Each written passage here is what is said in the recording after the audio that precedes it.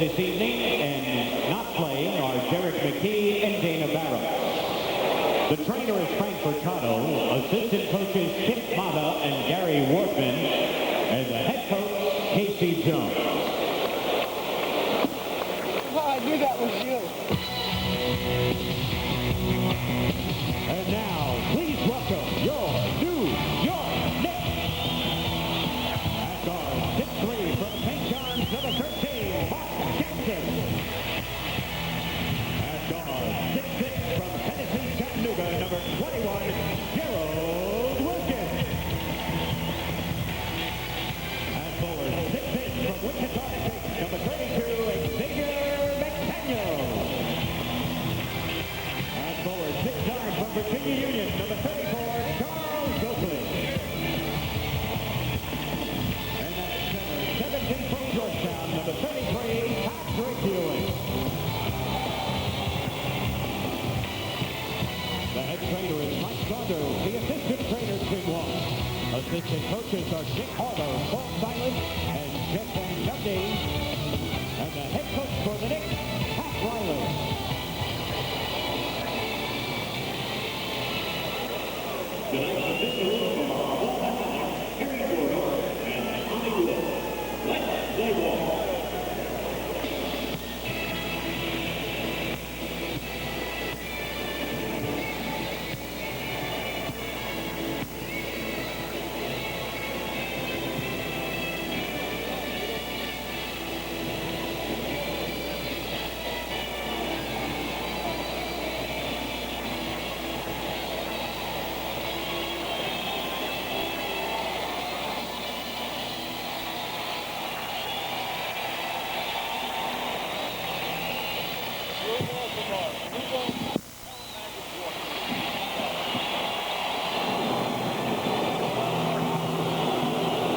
And the crowd responding to the entrance of Magic Johnson. Magic Johnson worked out here at Madison Square Garden earlier in the day. And he will remain for the game this evening.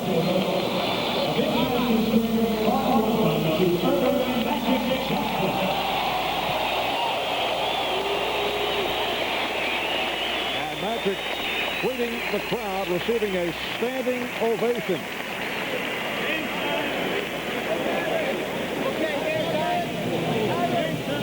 Magic Johnson working out here at Madison Square Garden late this afternoon. And Magic insisting that he will be able to play in the Olympics in Barcelona. A very strong statement from Magic. We certainly would hope so, but I think, John, that would be a difficult task without the benefit of playing through the season with the Lakers because of the retirement due to the HIV virus. However, Magic has been working out on a regular basis, usually with the Lakers. It would seem that way. It would be very difficult. But Magic is special, and God willing, he may be healthy then, and if that's the case, he will be there, that's for sure, in one form or another, hopefully on the basketball court. But he was out here popping him up today, looking pretty good. And we apologize for the audio difficulties that we have experienced here at the start of the game. Here's the former Sonic, Xavier McDaniel. So the X-Man, who spent 5 years with Seattle, had his best year with the Sonics. First-round pick of Seattle back in 1985, able to get the Knicks off to the 2-0 lead. And a hacking foul on Oakley. Seattle SUPERSONICS come in with a record of 11 and 8. This is game 2 of a 4-game road trip.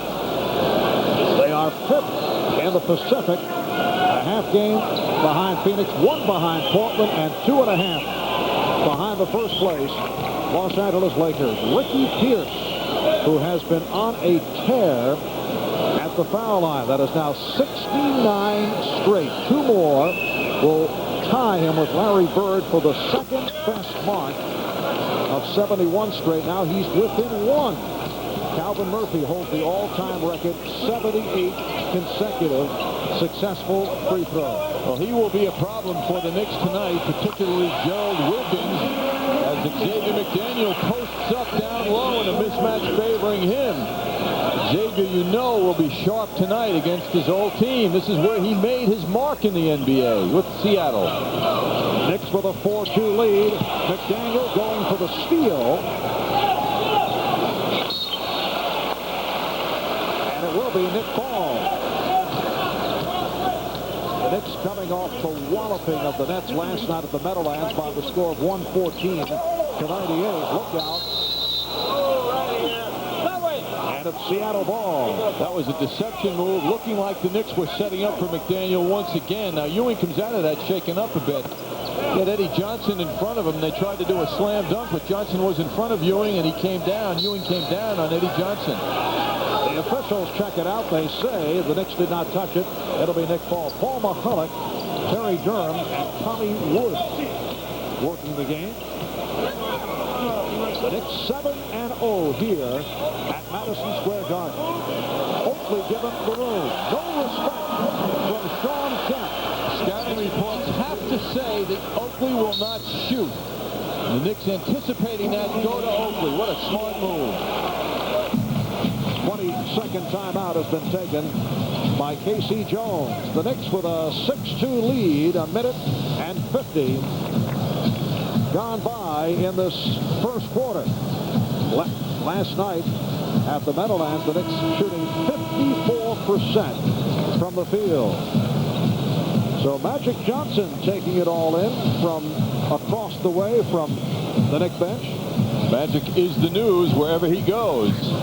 And this is the scene earlier today with Magic working out along with his one-time coach, Pat Riley. Payton played by Jackson. Gary Payton, second-year man from Oregon State. Here's Kemp, changed his mind. Well, McDaniel was right in his face. He knew what Kemp wanted. Payton. And Ewing pegs to Jackson. It hit Pierce and carries out of bounds. Knicks maintain possession. Kemp is the guy who can bring excitement to Madison Square Garden tonight for the opposition. Charles Oakley's guarding him. The 6'10" big young man, never went to college, is Mr. Excitement around the basket.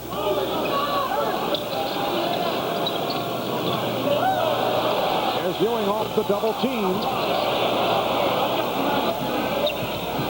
Knicks able to get back. Payton had a notion that there would be a fast break brewing.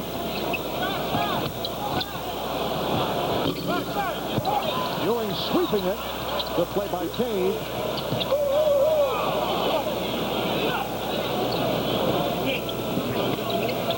Eddie Johnson. He was stopped by Oakley as he moved to the left. Still 10 on the 24. Kemp. Sean Kemp not noted for his outside shooting. No, he's more comfortable in the air around the hoop. It's the Knicks 6. And the Sonics 2 were just underway at the Garden. Ewing is fouled. Hit by Cage. Michael Cage goes about 6'9". Starting at center with Benoit Benjamin injured, although Benoit is with the club. He's missed the last 3 games. Out with a cut right thumb, called a doubtful for tonight. There's Benoit, and as you mentioned earlier, he also has had more than his share of difficulties against Patrick Ewing. Well, I can remember, Marv, out in Los Angeles a couple of years ago, Ewing had one of his gigantic games, huge in the fourth quarter as well, against Benoit, who just gave in. He just crumbled under Ewing's pressure. Benoit, one of those players who can tease you with dynamic stretches, and then he'll dive for a game or two. And he'll drive a coach crazy. Timeout call. Knicks lead at 7-2. Contra subs is ridiculous, isn't it? It's like shopping. Jackson with a big defensive rebound. McDaniel save picked off by Kemp. 3:45 gone by in the first quarter. That will count. Goaltend. Ball on Ewing, so Eddie Johnson receives credit. The Knicks lead it by the score of 7-4. And here's some pressure from Seattle. Knicks have no trouble with it. McDaniel has 2-point range. So Xavier with his first field goal. He's hit 3 of 3. The Knicks lead it 9-4.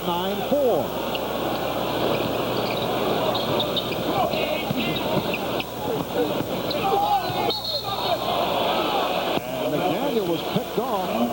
Offensive foul on Michael Cage. He was on the move as he set the pick, and he brushed McDaniel.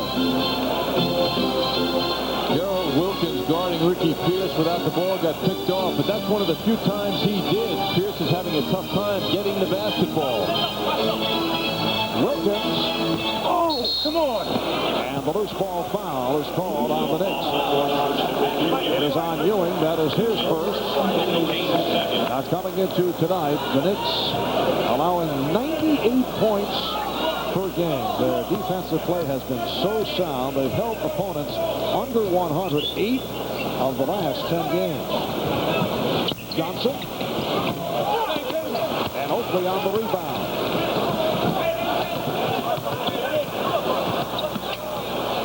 McDaniel, well, he feels it.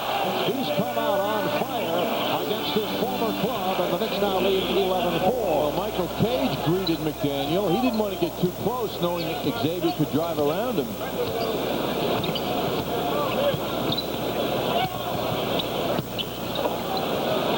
Payton, nice pass from Kemp. And the Knicks now lead it 11-6. That's an example of why you have to develop the weak shooting hand. Payton's a righty, but he had that left hand because that's the way his body was going. Ewing picked off Payton, allowing Jackson to get inside. Notice the bandage on the forehead of Ricky Pierce. He took 7 stitches. Ewing on the rejection. Here's Wilkins, chased by Pierce, and it will be Seattle ball. Ricky Pierce took an elbow from the Kempe Mutombo a couple of weeks ago, and that's the reason for the stitches. Patrick Ewing with good timing gets that ball out to Mark Jackson on that block. Pierce coming off the screen, but Wilkins right with him. Pierce, and Wilkins got a piece of it. So tough. He's so tough. Even with Wilkins all over him. One of the game's great shooters. He's averaging 23 a game. He leads the Sonics. Patrick Ewing with his first field goal. It's the Knicks 13 and Seattle 8. When Ewing gets the ball, Seattle must double team him. He will be unstoppable with moves like that for Cage.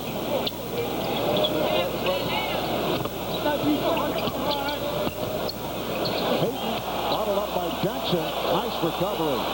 Eddie Johnson comes into a 3-point Knick lead. McDaniel. That would be labeled a shot by Xavier, but he feels he's had the hot hand in his first 4, but that's how guys end up standing around, and Michael Cage cuts it to a 1-point lead. I was thinking that, Marv, that he didn't want to shoot. In fact, I was going to say that because he has been shooting so much, but they gave him so much room, and it was a short jumper. I don't think Pat Riley would be disturbed by that. Here's Jackson.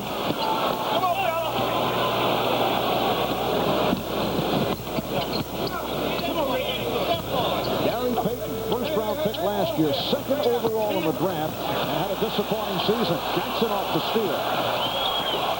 And the Knicks now lead 15-12. That's the kind of play you didn't see out of Mark Jackson last year. He is taking such pride in his defense.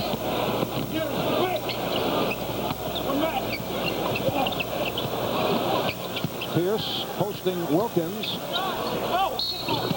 counts. And the foul on Gerald Wilkins. What a nightmare he is. He's only 6'5", and yet against players of his height or even a little taller, he'll go away at a pretty good range. He gets up in the air rather well, and he'll hit that shot. He'll go up with his back to you and end up with his front facing you. Very hard to spin in the air like that and still maintain the control that he does over his shot. Eddie Johnson sitting down, and Marty Conlon, a rookie from Providence, a surprise to make the roster, and he has been getting the playing time.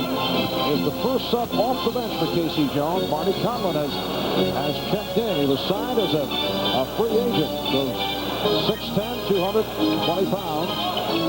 Game is tied at 15. And Ricky Pierce. There's Wilkins. Nice move. And the Knicks lead by 2.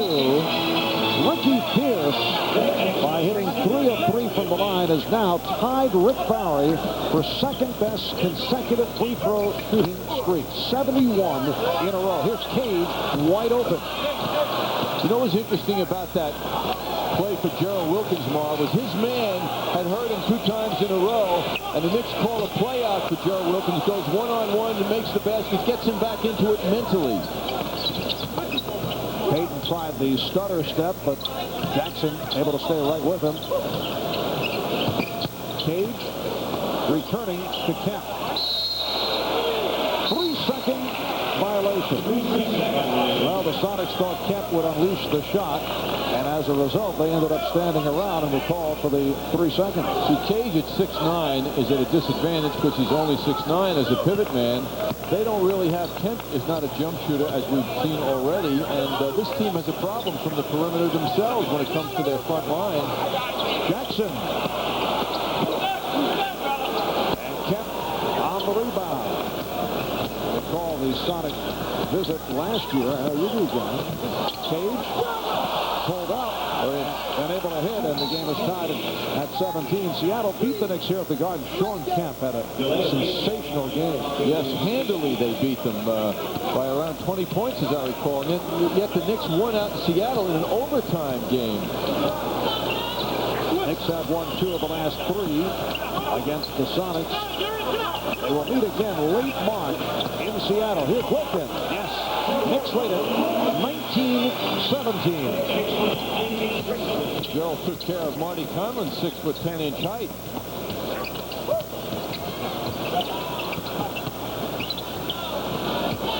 Pierce shooting, and the game is tied at 19. Ricky Pierce has 9. Knicks able to take advantage.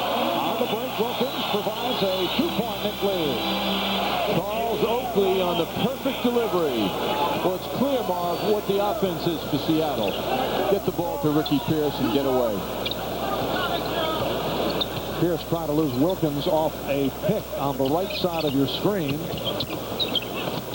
Again, Jackson plays Payton very well. Forced him into that bad pass. Last touch by Ewing. It'll be Seattle ball when we come back. Timeout call. And we'll be back here at the Garden in a moment. Well, Gerald Wilkins, after he had been burned by Pierce, was given the room in the corner to go one-on-one, and that he did. That's what Gerald has been doing a lot of lately, and the Knicks are recognizing that skill of his more by going to him.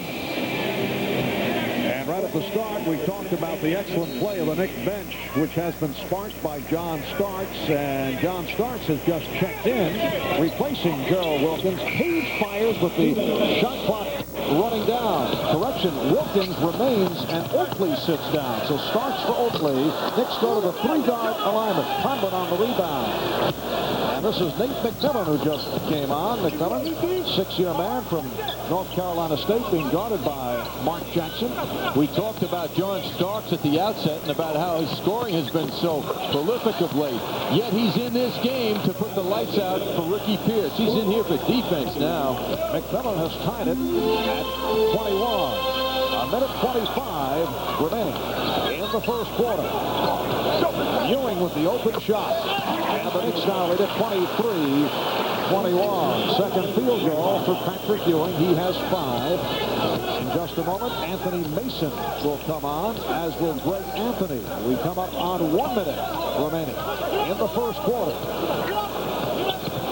And Starks all over Pierce, and that forced the turnover.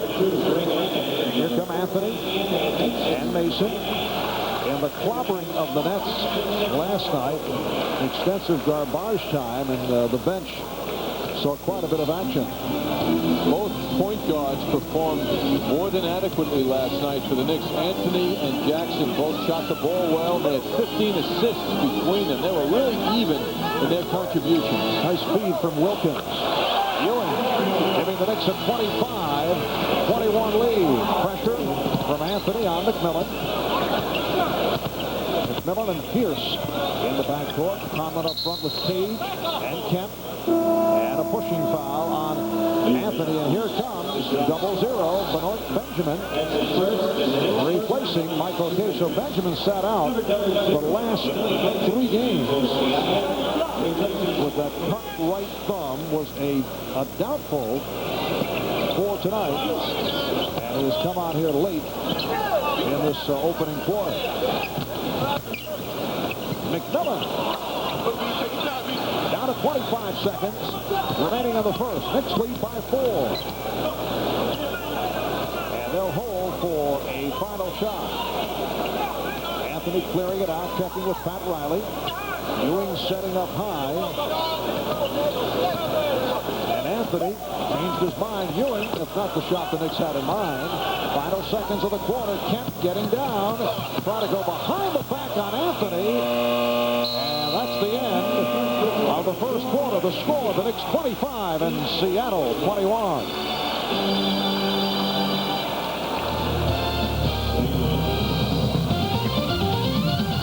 For me. For the former Sonic, Xavier McDaniel, who hit 4 of 6 for 8 points. And earlier we asked him about his frame of mind going into tonight's game against his former If I go out there tonight and take it personal, then we may lose. If I go out there and play with a team concept, then I know we can beat these guys. There's no doubt about it. I know we can beat them. You know, and that's what it is. It's not taking anything personal, you know, because maybe if I got traded when I was a second-year player, Carl, I think I'd try to come out and get 40 or 50 against him tonight. But tonight, I just spoke to my game. And we beat him, we beat him. Well, a mature outlook from the X-Man. Starks for 3. John Starks hitting from downtown. And the Knicks now lead 28-21. Xavier McDaniel with a good start, sitting down. The Knicks now have gone to the bench. Pierce. And the Knicks lead at 28-23. Knicks with the 3 guards. Starks with Anthony and Wilkins, along with Mason and Ewing. Minute gone by in the second. Conlon had it wrestled away and tied up by Mason. Conlon did well to stay with Mason. There's Kiki Vandeweghe replacing Darryl Wilkins last night against the Nets. Kiki in 20 minutes of playing time, 6 for 9, had season high of 15 and hit 3 out of 3 from downtown. And that 20 minutes was important for Kiki to get the touch. And he showed a lot of people that he's got the touch. Eddie Johnson has come on for Ricky Pierce. Pierce, the high man, with 11. Paul Mahalik says, do it again. Bad toss. They'll jump once again. Well, this is, excuse me, Mark, Benoit's first game now, first appearance in 4 games. Benoit Benjamin.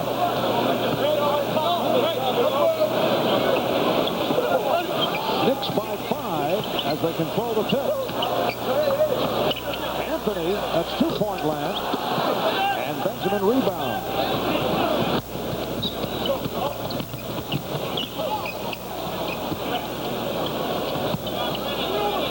Johnson, Benjamin, Conlon up front. And Benjamin was hit on the reach-in. Interesting how Ewing immediately went to double team and totally left Benjamin alone. And he just rolled down the middle and got that return pass. And now Ewing replaced by Oakley.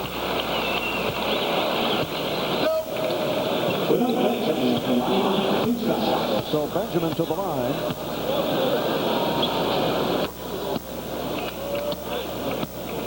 Benoit's been playing 35 minutes a game on the average this season. His numbers are not that impressive, though, at 14 a game. Knicks lead it by 4.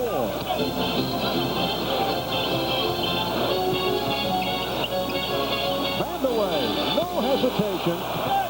On target, but hit the back of the rim. Kiki Vandeweghe has been a forgotten man, and his shooting percentage has suffered. He's dipped down to a career low 39%. Plus, he's been in and out of the lineup. Vandeweghe on the rebound. And here's it from the crowd. Well, it was a sweeping rebound, not the kind you usually see out of Kiki, and people noticed that. Anthony's pass backfired. It's back very well defensively.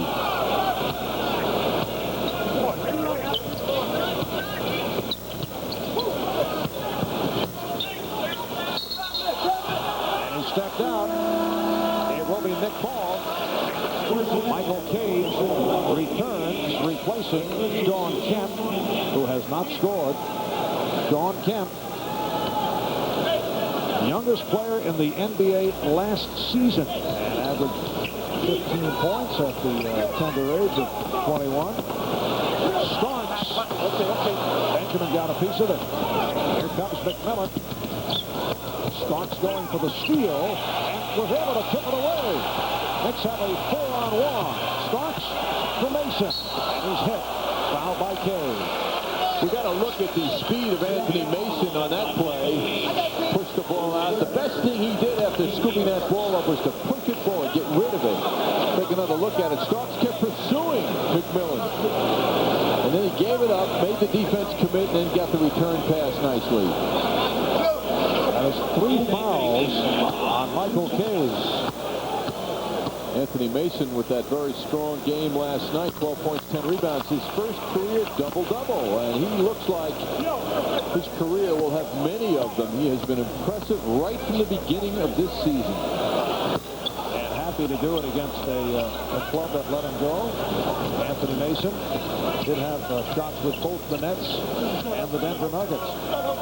I met Mary Mason up on the ticket line outside before the game. I was buying some tickets for Saturday, and his mom was there, Mary. Very proud of him, needless to say, and looking forward to his 25th birthday coming up this Saturday. Were you attempting to sell Mary a couple of tickets? Little hustle job? No, I was there like she was, just waiting online. Was she buying tickets? Yes. No, you weren't. No, I was. Are you kidding me? Eddie Johnson. She was actually picking up her ticket left by her son tonight. I said, I hope he left it for you. She said, he better. It'll be Seattle ball. And they'll move it back down court with the ball not making. Now they say, okay, apparently it was touched. And Seattle will throw in from backcourt. 3 minutes gone by in the second quarter, and the Knicks lead it by the score of 29-24. Marv Albert, John Andres, Al Troutwig, Walt, Clyde Frazier from the Garden.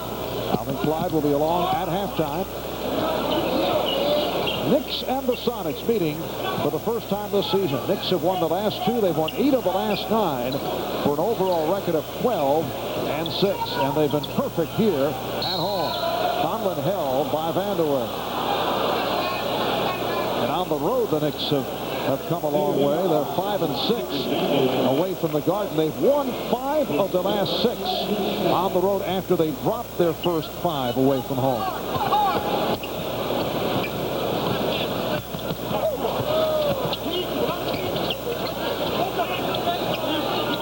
Benjamin working against Oakley.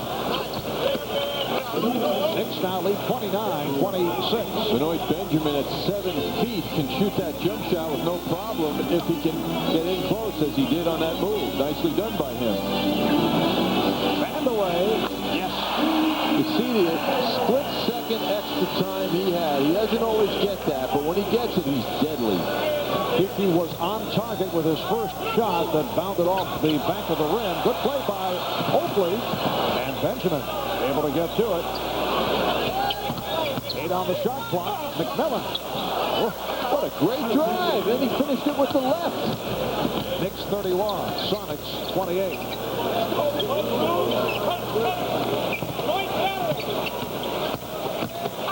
Anthony penetrating. Strip. Able to recover.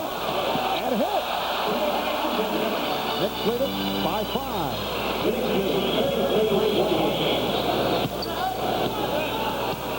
McMillan being played by Anthony. Ewing getting set to return.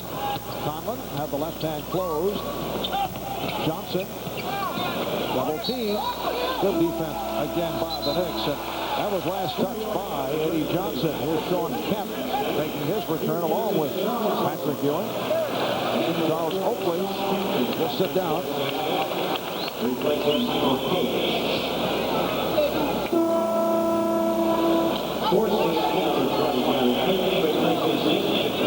7:08 remaining in this second quarter. And the Knicks lead Seattle 33-28. Substitutions by both clubs. Gary Payton is back. And Payton will be matched with Anthony.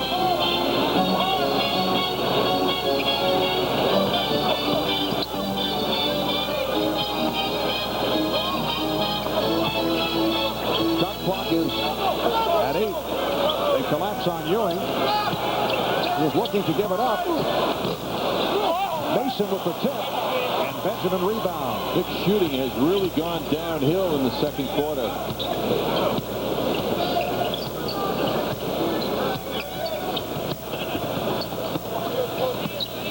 6.5 remaining in the second.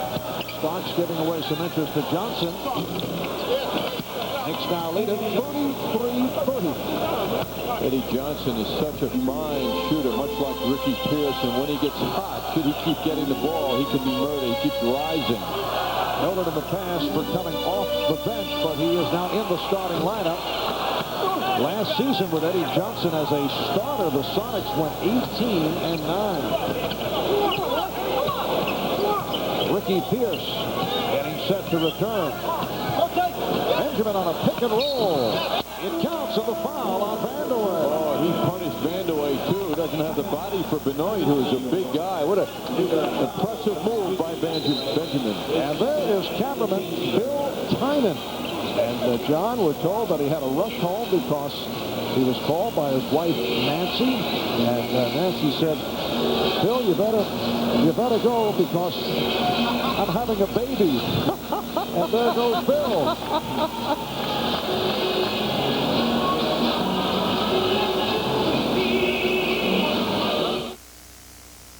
You did. Oh, yeah.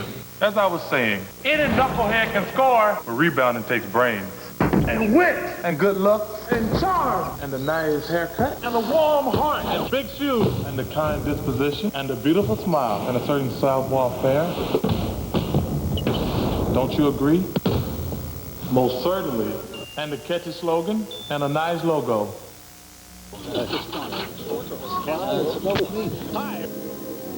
It is now Sessa, weekly look at upcoming NFL matchups.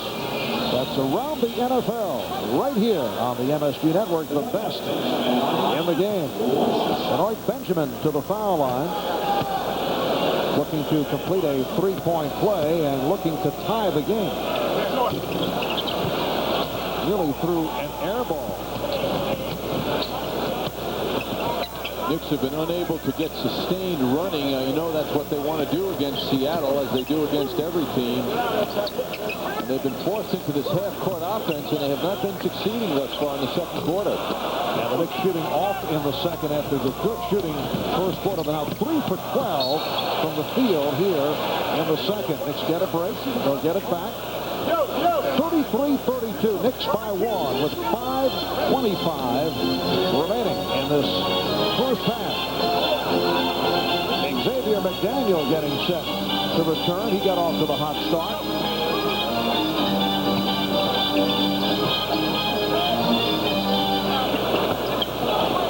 Anthony from downtown.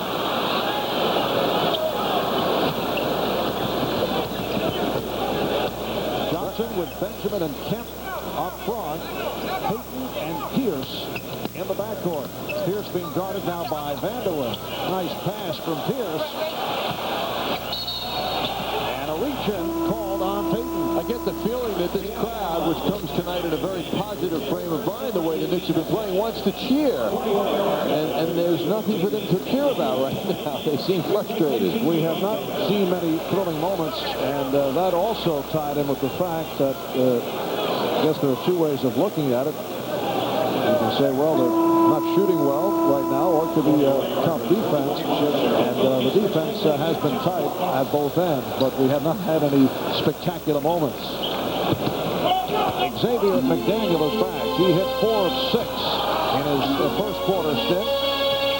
Mason puts the move on Benjamin. Oh, what a move! And how about that soft touch with the big man all over him? He didn't desperately let the ball go. He still got it up softly. The Knicks 35 and the Sonics 32.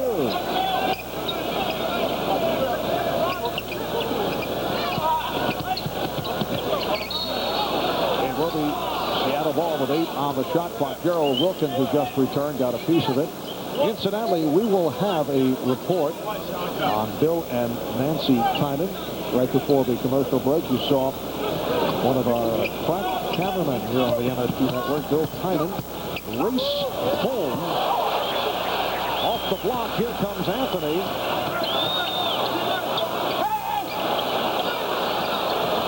Nancy Tynan about to have a baby. Bill got the call and headed off in dramatic fashion, and we'll pass on a report as soon as we get some news. McDaniel for 3. Yes. Oh, Xavier is red hot. He was only 1 for his last 6 from downtown. He now has 11. The Knicks lead by 6. So Kemp kind of dared him to take that shot, didn't have the hand up, invited it, and Xavier gracefully accepted it. 3.5 remaining first quarter. Benjamin forced it. Rejected by Ewing.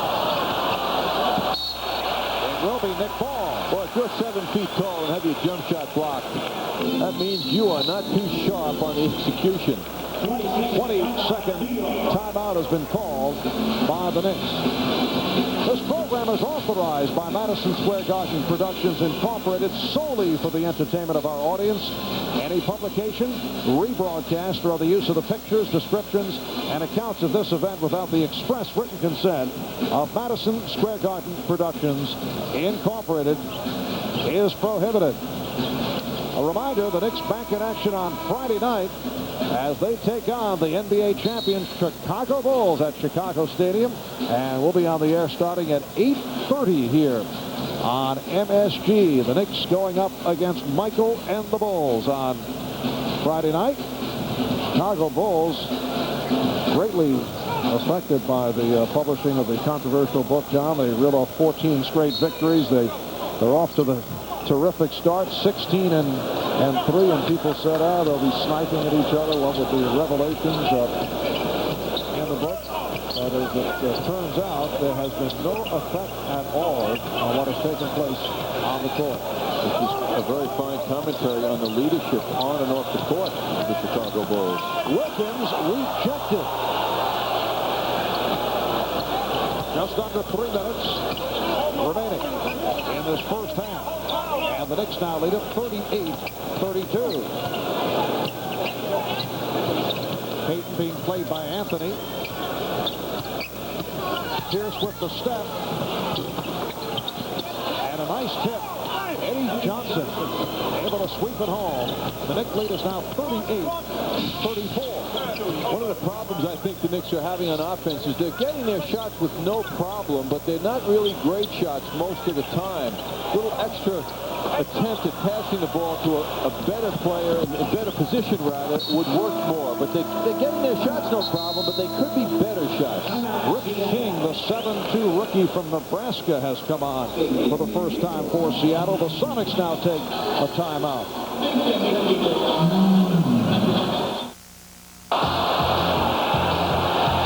Starks created the steal. Wilkins.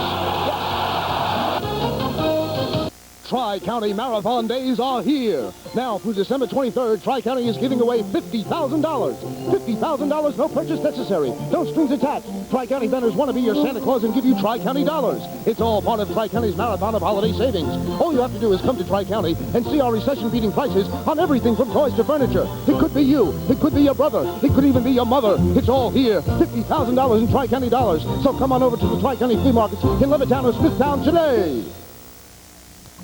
Picture this. He comes crashing through my garden like...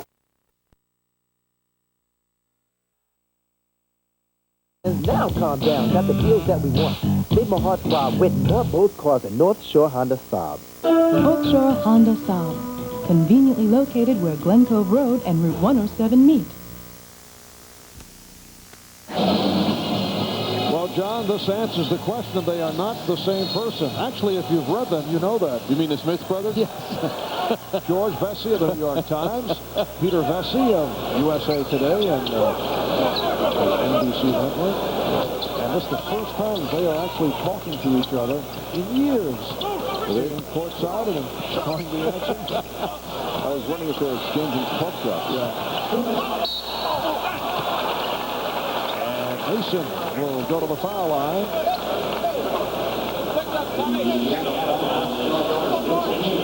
Rich King, the #1 draft pick of Seattle, 7'2", 260-pound rookie from Nebraska, called for the foul.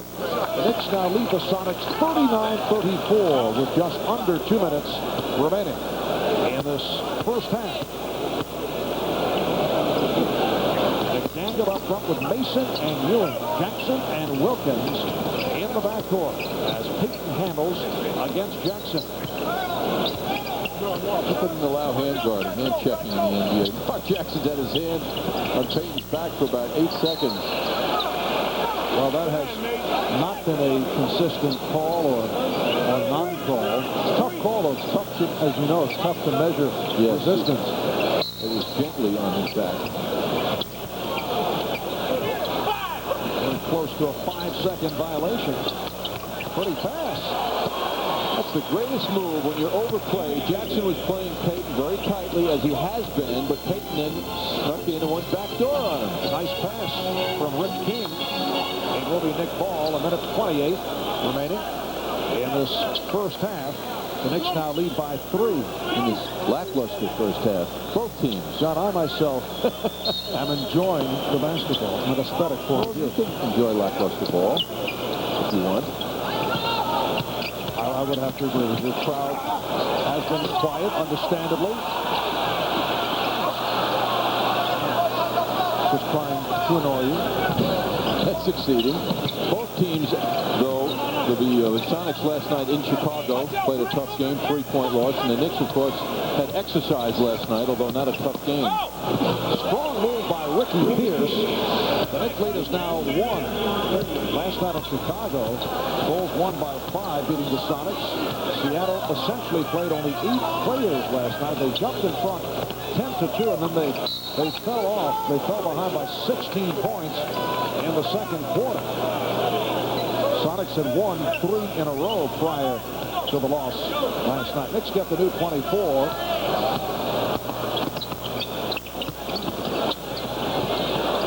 Wilkins for 3. So the Knicks are hitting from downtown, and they now lead it 42-38. We're down to 35 seconds remaining in the half. Eddie Johnson. Ewing getting inside on King. And the Knicks will hold for a final shot.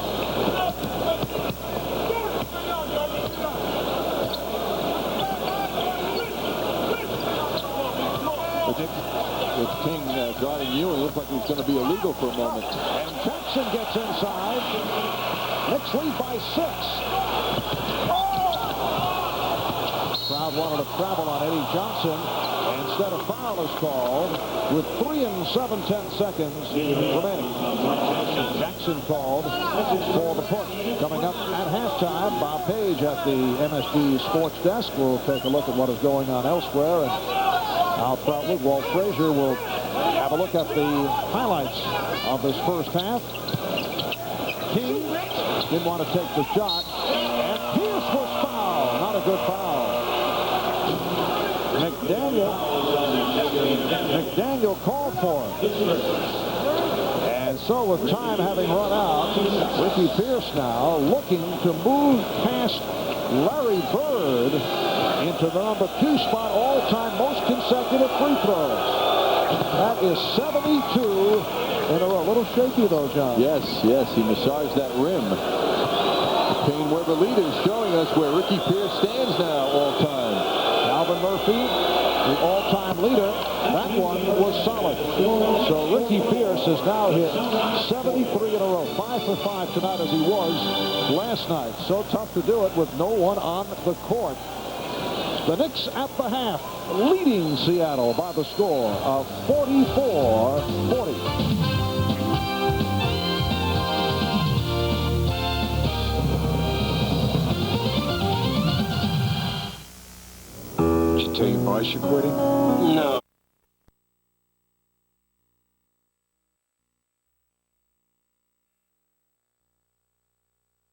In 5 games with injured ribs, attempting to jam over Dikembe. Ball hits the rim and goes in anyway. Mutombo has done some jamming of his own, but not much. He has only 4 points, ties the game here 28-all, late first quarter with that move.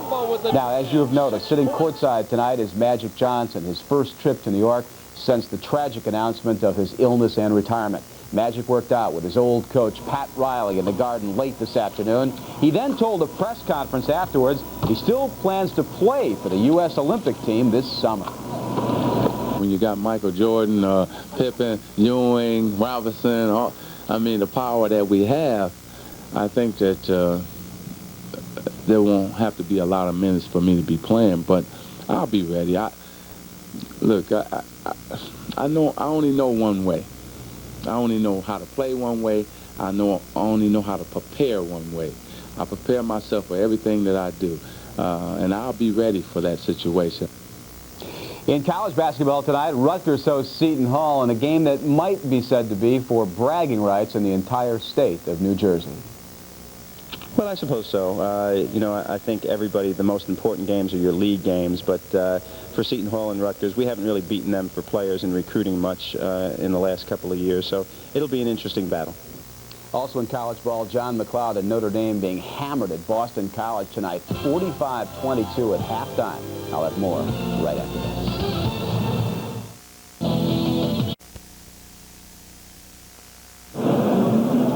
Okay, now that Bob Page has brought you back to date on what's happening in the world of sports, let's bring you up to speed on this basketball game with Magic Johnson in the front row. The New York Knicks lead the Sonics 44-40. The leading scorer summary is brought to you by your Tri-State Jeep and Eagle dealers. Advantage Jeep and Eagle. Let's start with the Knicks. Only one scorer in double figures. Xavier McDaniel hit his first 4 shots and now leads the Knicks with 11. Gerald Wilkins and the rest of the Knicks down the line. As for the Seattle SuperSonics, only one double-figure scorer, too. That's Ricky Pierce with 15 points. The rest of that scoring for Seattle in a very dismal first-half scoring and shooting performance. 14 turnovers for Seattle. Back at courtside with Walt Clyde Frazier. Well, Clyde, all we had to do was say Sean Kemp was going to be a great dunking star here tonight, and he has no points. But as for me, I kind of thought the Sonics were lagging and dragging. Yeah, you're right. Very lackluster performance by both teams. The Sonics outstanding on the defense, though, creating gridlock inside against Ewing. The Knicks have been unable to hit from the perimeter. You didn't like that? Yeah, that was good. Thank you very much. Okay, let's take a look at the highlights from the first half. They, as always, are brought to you by Minolta, creators of the world's most responsive SLR cameras, the new Maxim XI series. Let's start it off with Xavier McDaniel. Early on, he was the offensive story. Had the hot hand, as I said, hit his first 4 shots. Yeah, continuing his outstanding play. The X-Man here getting out in transition. Sweet deal by Jackson. The X-Man exasperating his former teammates with the sweet stuff. Clyde, you mentioned Mark Jackson. He ran the show early. The Knicks really were in control from the outset, and here a good steal. Yeah, Jackson with deft hands tonight. They're coming up with the loot, pushing it up in transition, so Jackson continues to astound off the bench as well as he scoops and hoops. The crowd had very little to cheer about early. There were so little exciting moves. Here's one from Nate McMillan off the bench for Seattle. Yeah, Nate McMillan, a good man off the bench, 6'5", has some dexterity. Here you see him penetrating inside, wheeling around the Knicks off the glass. Now the Sonics are hoping that the maturation rate of Gary Payton continues to expand. He showed some stuff in the lane early. Yeah, Ewing had been lurking and irking, but here Payton is looking for Ewing, so he'll put up a left-handed jump shot over Jackson, who lost him in the lane. Clyde, we're looking at a Knicks team that's been playing so well. And here's a game in which Seattle comes out slow. The Knicks seem to be playing at their level, but as the Knicks have been lately, playing well enough to be right there and in control, knowing that I think if this game comes down to it, they can grab control. Yeah, but they've been baffled by the defense of the Sonics. As I mentioned, they're double-teaming Ewing inside, forcing the Knicks to the perimeter, and they've been unable to hit their shots. Yeah, that's right. Sonics start tonight with 6'9" Michael Cage starting at center. You'd think Patrick Ewing would have a monster night. So far, not the case. We'll be back for the second half here at the Garden. Knicks by 4. Patrick's lead 19-17. Here's Anthony. For distance. Greg Anthony. My neighbor Fred, running around town looking for bargains on tools.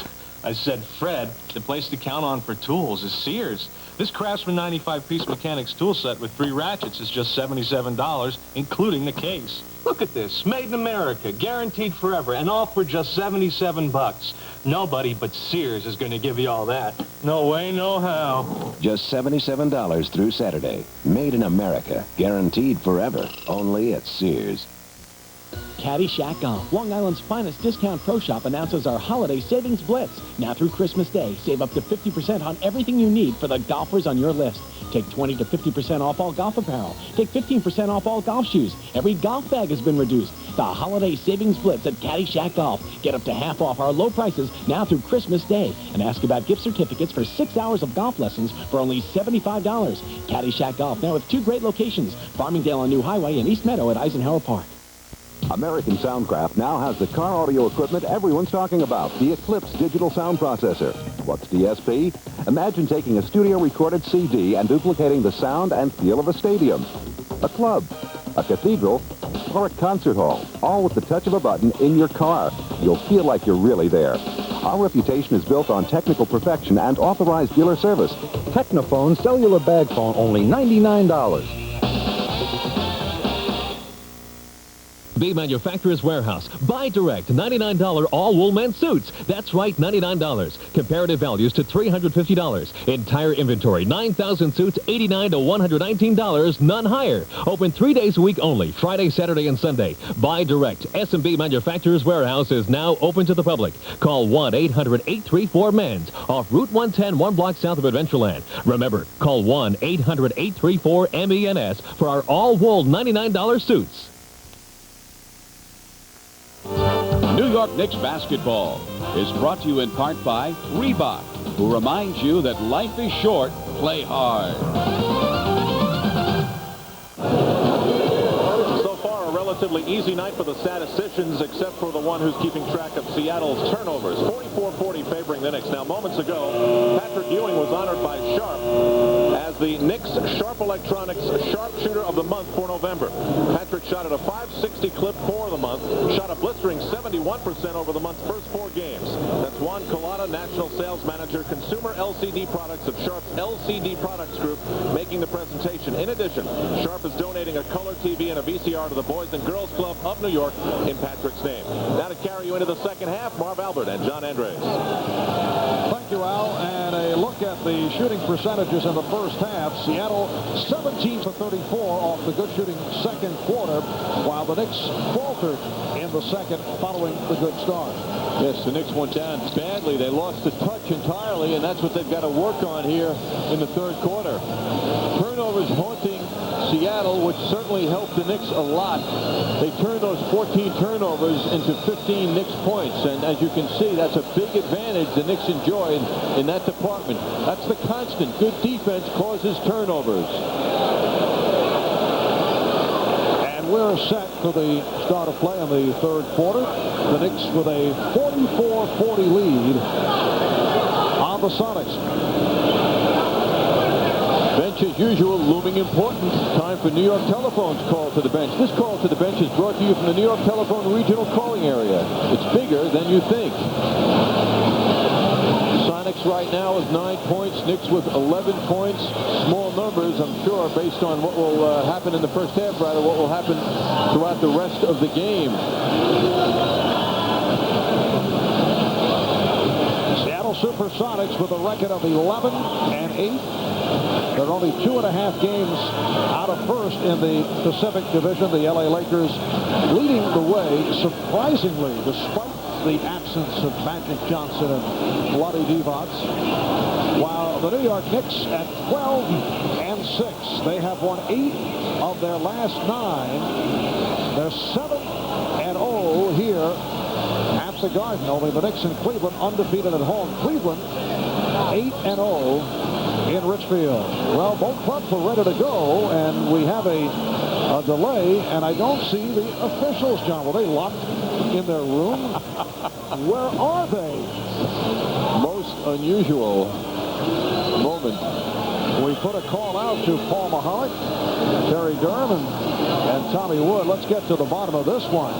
We're ready. The players are ready. The fans are ready. Well, maybe the officials are tired of the abuse, and with all the officials here in the audience wearing suits and ties, maybe they want to give them a shot. And here they come in dramatic fashion. We'll have to get this story.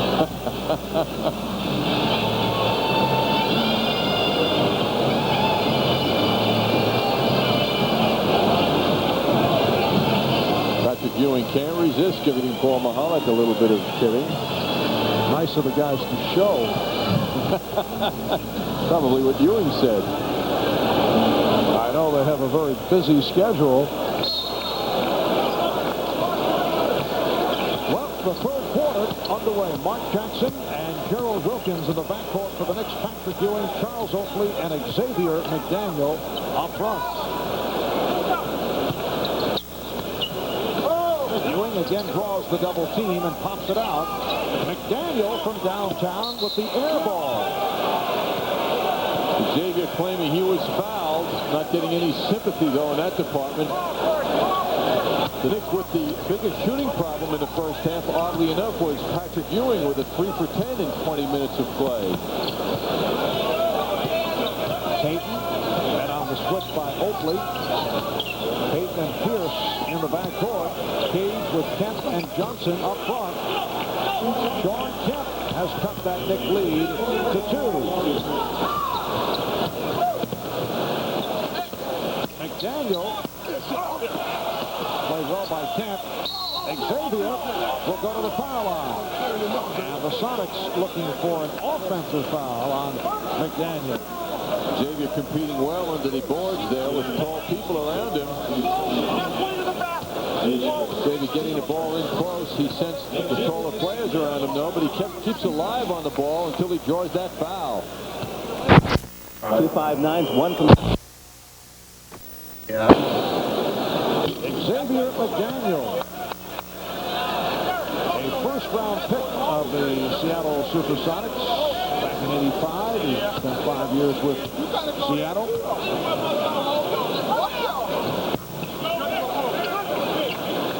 Knicks lead at 45-42.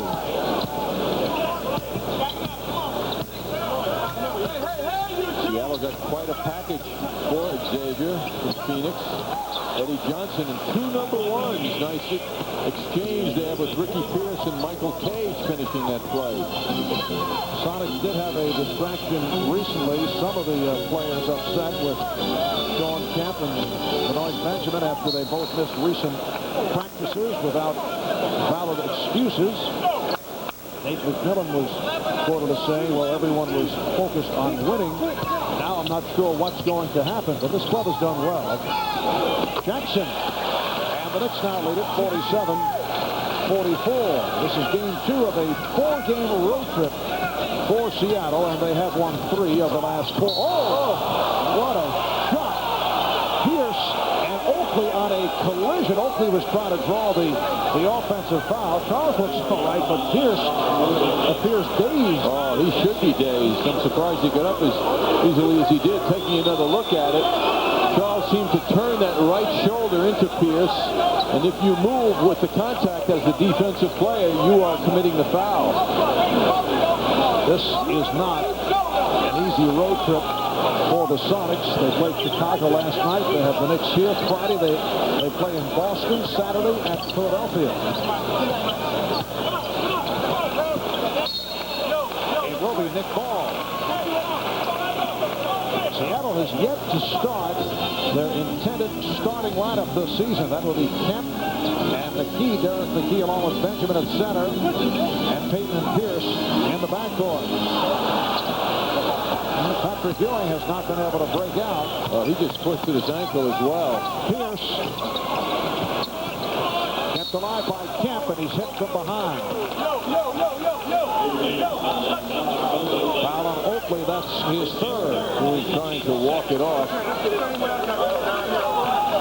It's always amazing how when a game starts and you look at the matchups and you say, in this case, Cade, Ewing, Big Ed, Ewing, amazing how it sometimes goes the other way. Ewing with that 3 for 10 first half.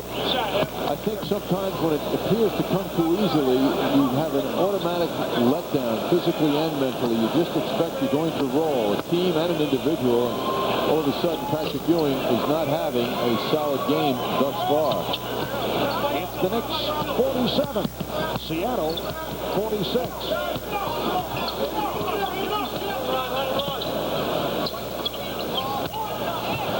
Sonics wanted to travel on Gerald Wilkins. Instead, a nice move to give the Knicks a 3-point lead. Gerald has 11. And he's the high man for the Knicks. Ricky Pierce leading Seattle with 15. Correction, Xavier McDaniel, high man with 12, followed by Wilkins with 11. Cage. And again, Seattle to the line. Jackson called for the foul. Sean Kemp is outstanding tonight in the sense that he is the big disappointment for Seattle. Kemp played 21 minutes of the first half, did not score, and had 7 rebounds, which is a good number, but the scoring is necessary from him. He comes off a very good game last night in Chicago. Shot the ball rather well, 7 out of 14, 10 for 10 from the line, 24 points, 9 rebounds, 5 assists. But he's quiet tonight. You say he's outstanding? He is outstanding in that he's not doing anything. Standing out is what you mean. Standing out, okay. Outstanding? Well, I think it could be called outstanding. Well, you waving me off? You giving me the wave off? I was trying to figure out what you're talking about, John. Outstandingly ineffective. Oh, I see. Jackson took the hit. You know, John, sometimes you have your own man. My own drummer, huh? That is number 4 on Michael Cage. Benoit Benjamin made his return in the first half. He missed the last 3 games with the cut on his finger, and Benoit played 10 minutes in the first half.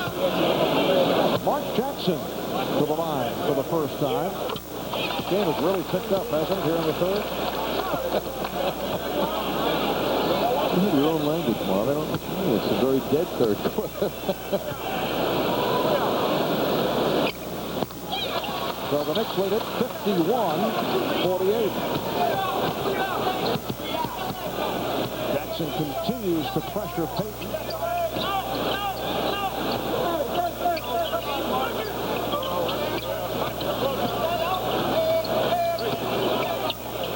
Shot clock is down to 5. There's Cage to the reverse. And they get the new 24. Wilkins called for the foul. Thought he had pulled it off. There is aggressiveness for the Knicks, however, on defense, and it's coming from the backcourt to a great degree. Jackson and Gerald are doing a good job. Knicks with their 4th team foul. Sonics with only 2.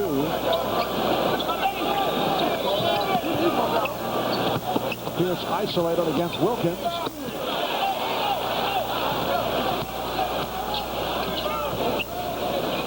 McDaniel. It's a 3-point Knicks lead with 4 minutes gone by in the third.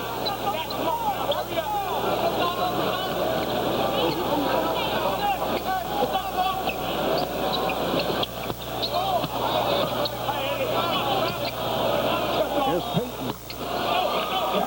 So Payton has hit on 3 out of 6 from the field, and the Sonics are now down by 1. Gary Payton had his problems early last season as a rookie. That's a 3-point attempt for Wilkins. Payton did not show a consistent jump shot and struggled with floor leadership till late in the season.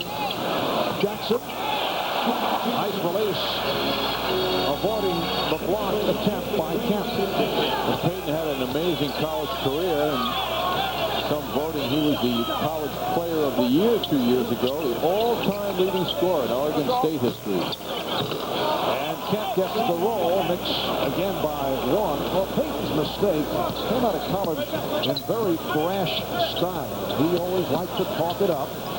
And I get the idea as Jackson fires, and the Knicks now lead 55-52. I get the idea that players were usually up for Gary Payton first time around. He's made his mark defensively, which is unusual for a rookie. Has great passing instincts. He will be a very sound player in the NBA. Johnson. And again, the Knicks lead is one. Xavier McDaniel caught in that up tall stance, and as a result, his man waltzed around him. You might recall a week or so ago, the assistant coaches on the Knicks staff were pointing out to Xavier, he's got to be down, bend those knees in order to play good defense.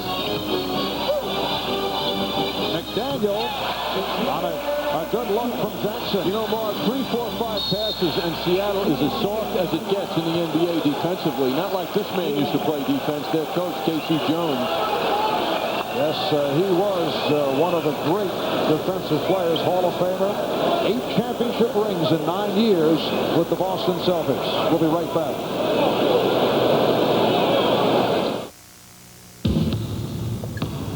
Bad news. Nick's got new shoes. He's got custom fit and support on top. Flip a switch.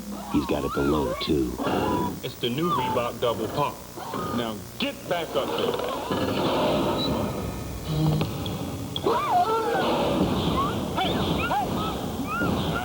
The double pump. Pretty scary, huh? Hey, get back here, man. You've been up in the air for hours. Now you've got to make up the time. Aren't you glad Hertz has a faster, easier way to rent a car? #1 Club Gold. No paperwork, no stopping at counters, nothing to slow you down.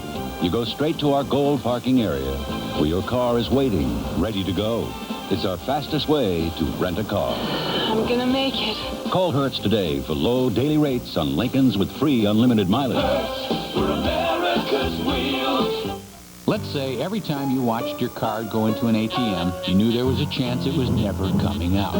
Well, at Citibank, we designed our CitiCard banking center so your card never leaves your hand. All they need is a quick dip, and you're ready to control all your accounts with just a touch here or there. See, at Citibank, our machines not only give you the power to control all your money 24 hours a day, we make sure that power never gets taken away. All day, all night, all week, CitiCard banking centers. Not just banking, Citi banking. 6:06 remaining in the third quarter. Knicks up by 3. Toyota matchup time. We'll look at the big guys and see how they're matching up. At this point, Ewing should have 25 and Cage should have about 12. That's not the case right now, as Patrick Ewing has had an off shooting night. 3 of 11, 7 points, and Cage right with him. If K.C. Jones knew that this would be the scoring at this point in the game, he'd have to be very happy about it. And the Sonics are down by 3 with 6:06 remaining in the third quarter. Just had a little chat during the timeout with one of the officials, Terry Durham, and asked why the delay and the officials making their way onto the court for the start of the second half. And Terry said we were hit with a delay of game and a technical foul. No one came for us. We were sitting back in the locker room and did not realize the halftime period had elapsed. The basket, will not go for Seattle. It's an offensive foul. It's on Pierce. So the Knicks will take over. John Starks checked back in. Pierce guarded closely by Joe Wilkins and gave a little shove as he went up for that shot. Usually with the left hand, the non-shooting hand. Actually, if he could shove and shoot at the same time with the same hand, that would be a special guy. Patrick is gingerly going up and down the court, favoring that ankle a bit. He is only 4 for 12 for 9 points. Knicks lead 59-54. Knicks have led all the way. Sonics have not had the lead.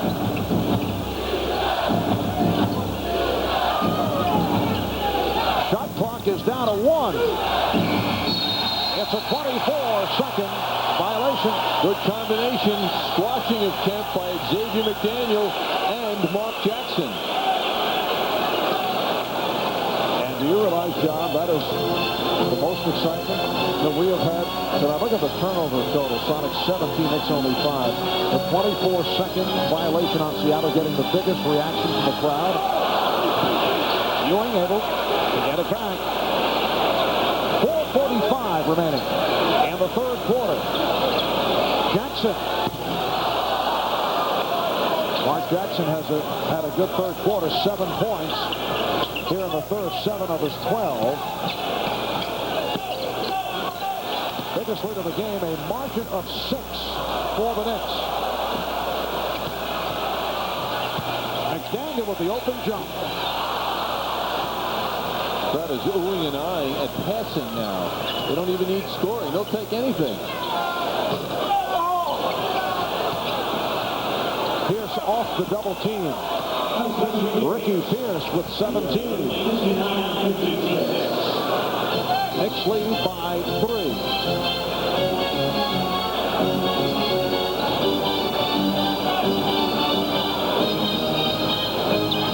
Well, they go to the isolation for Wilkins, but the Sonics double team. Starks with another 3-point field goal, hit 1 in the first half.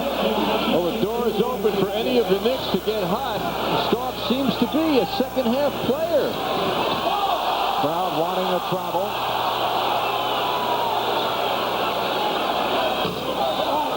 Johnson off the offensive board. And the Knicks on the run. Starks from Jackson. Well, that's the play of the game. And a timeout being called by Seattle. The Knicks by 8. 3:16 left in the third.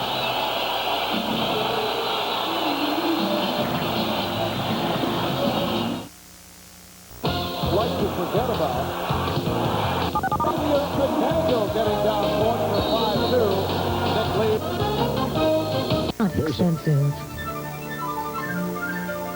It's chic. And it's oh so marvelous. It's exciting. And casual, too. It's top name brand men's and ladies' fashions. At Effie's famous affordable prices. With great selection, personal service, Effie's men's and Effie's ladies. Why wait for a sale when it's always a sale at Effie's? Remember, when you're having good times with friends, use good sense and drink responsibly, because friends know when to say when. A reminder from Budweiser. The Knicks in the midst of a 13-6 run and now lead 64-56. It's their biggest lead of the night. Nate McMillan has checked back in along with Benoit Benjamin and Marty Conlon. Starks able to knock it aside, and they'll jump it up.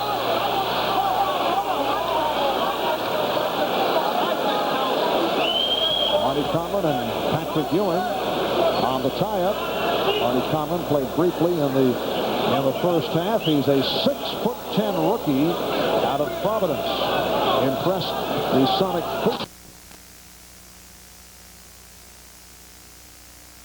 free agent and has made the club and is getting the playing time. Well, they say Starks will jump it now against Conlon.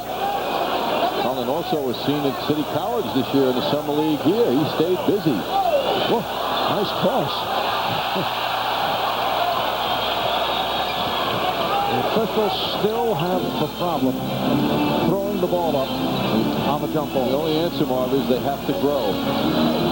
Yes, they have to get taller. And McDaniel is fouled.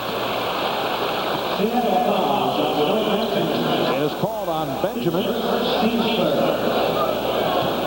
So Xavier McDaniel to the free throw line. So you would have that as the dictum from Rod Thorne, NBA office. Officials must throw taller. And you know, the NBA is so professional these days about everything. I mean, there is not a loose end. It's so organized. The progress has been unbelievable. And I'm sure that David Stern will figure it out. Who would be interested in that subject himself, I think, personally. Are you saying as a shorter man? Well, I think he'd like to be about 4 inches taller. It would make him much more effective around the net. Sport of tennis, one of his loves. Yeah. But I would think they're working at it seriously. That's good thinking, John. Nick lead remains at 8. Nick free throw shooting has been 4 this evening, 6 for 12. Pierce able to save it, lost it. McDaniel took a couple of steps, or was he pushed? Foul on Kemp. See, that might have looked like he was pushed when he took the steps, and Kemp seems puzzled. Take another look at it now. Xavier coming up court quickly. Kemp right on him, but I think Xavier walked of his own volition. He didn't get help. Coming up on 2 minutes remaining in the third. Ewing had it poked away. It's a 4-on-3. Pierce. The Knicks now lead 64-58. You know, you could put this guy under the microscope. He's 6'5". There's nothing superimposing about him physically. And yet he is so different from 6'5" players around him. He gets his shot off with ease, it seems. He's never denied what he wants offensively. He's a player the Knicks were interested in last year. He was acquired from Milwaukee in exchange for Dale Ellis last February.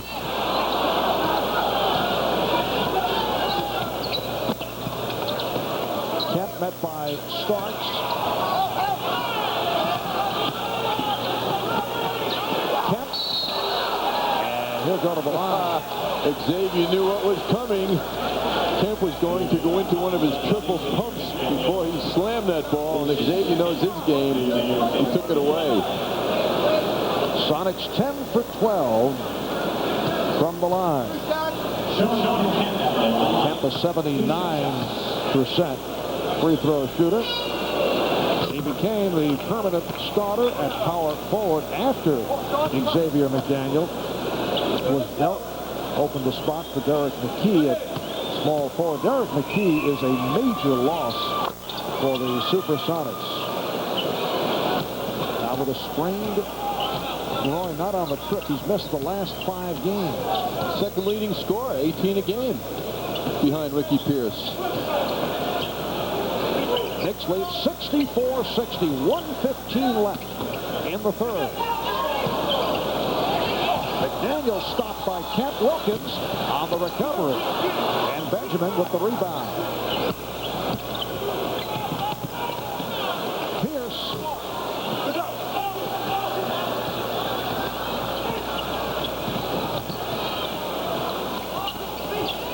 Ewing. Seattle bench wanted to travel. Knicks now by 6. Patrick Ewing with 5 out of 14 from the field. He has 11 points.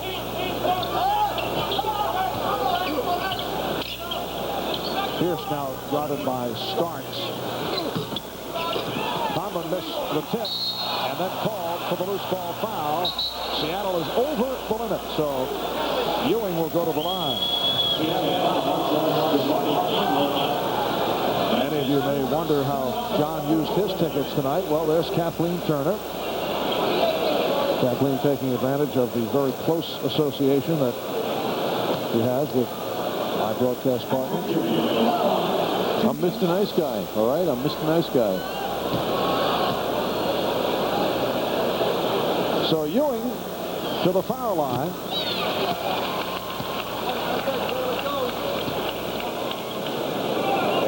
A star-studded evening. Rob Lowe on hand. Hey, with the yawn.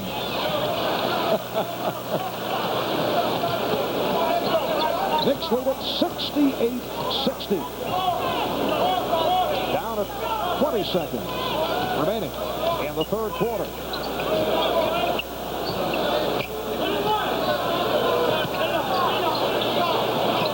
Shot clock at 5. Conlon. Tipped home.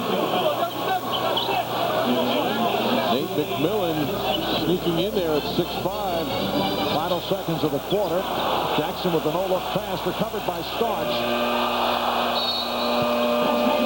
After 3 here at the Garden. The Knicks 68. Seattle Supersonics 62. Came in on the bounce. Nicely done by him. And also very catchable. Another look at it. I mean, how can the defense bother with that? Whereas if they come in on a line drive, the defender can reach around and smack it away. Foul called on Kemp. And Mason extends to an 8-point lead. Here's Michael Cage returning. And Payton will depart. Leads with 8 points. So the Knicks now lead it 75-66. Anthony with the steal.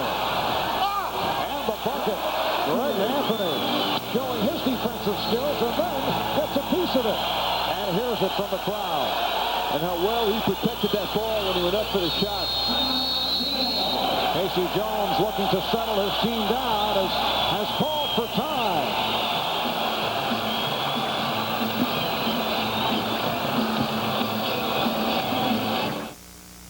Let's throw a party with your birthday money. I'm putting it into a MetLife State Street Mutual Fund. Balloons, a few friends, your big sister. Maybe stock or bond fund, a money market or tax-exempt fund. In time, I could have thousands of dollars in my MetLife Mutual Fund. Thousands? What a party that could be. Get Met, it pays.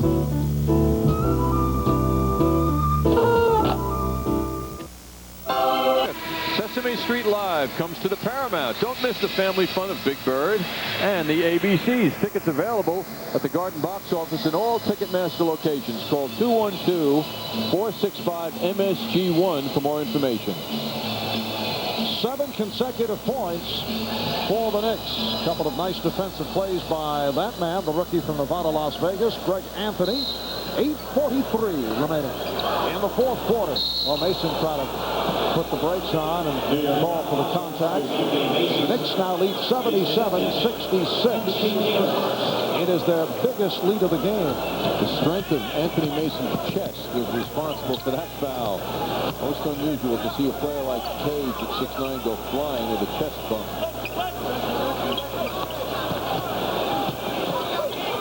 Harmon to the hook. Very nicely done. Yes, very smooth. He's getting a lot of playing time, and with playing time, he gets smoother. And Anthony took a shot that will put him on the line. McCullough, the team captain of the Seattle SuperSonics, called for his second foul.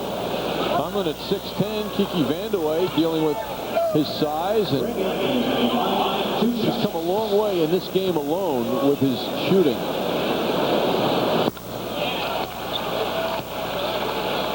Anthony, a 69% free throw shooter. Knicks by 11. And some pressure being shown by Anthony.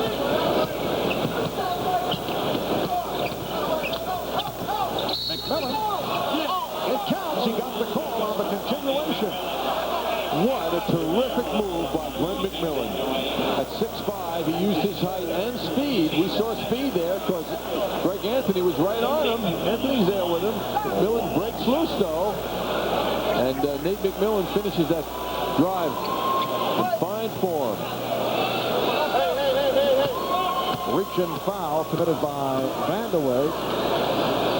McMillan, a second-round pick back in '86 out of North Carolina State. At one point, there was a thought to move to small forward, but he remained at point guard when the rookie Gary Payton was slow in developing. And he is back at the point guard position, being matched with Greg Anthony. Anthony with a strong move. Well, he's playing well tonight. Anthony doing it at both ends.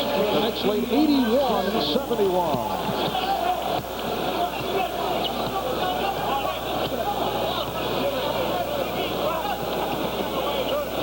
Greg Anthony is doing is making Nate McMillan work very hard. Pierce gets set up off the weave by the Sonics, who now trail by 8. This game, Marv, is a good demonstration of team depth. The Knicks are mixing up. Pat Riley talked about versatility right when he took the job. Vandeweghe with the touch. But basically, Charles Oakley out there is a starter, the only starter for the Knicks, and he's there with 4 players off the bench, and they're doing fine. And this is not the first time. It's happened many times. The nice bench Benjamin has 7 points. The Knicks now lead 83-75. Just under 7 minutes remaining in the fourth. Anthony showing lots of confidence. Knicks lead by 10. I think the Sonics, because they're missing McKee, and they're a little soft right now. Benjamin hasn't been playing the last 4 games till tonight. I think they are fatigued. They faced the Bulls last night in that wild Chicago stadium. McMillan on a nice drive, and they're soft defensively. Knicks lead 85-77. Mason throwing the fake and then lost it.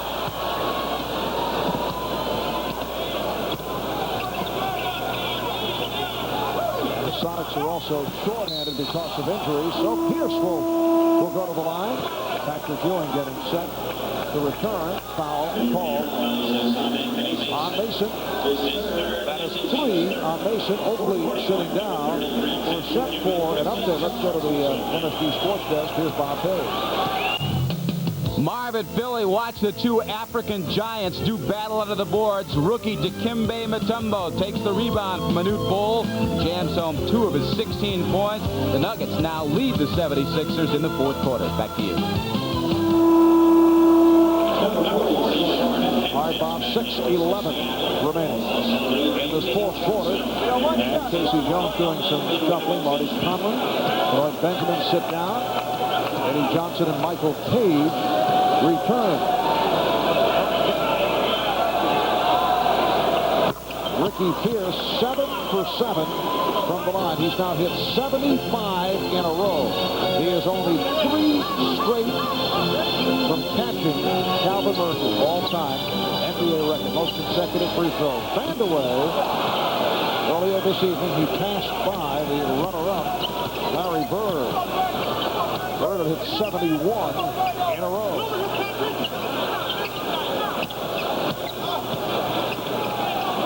Pierce played well by Starks.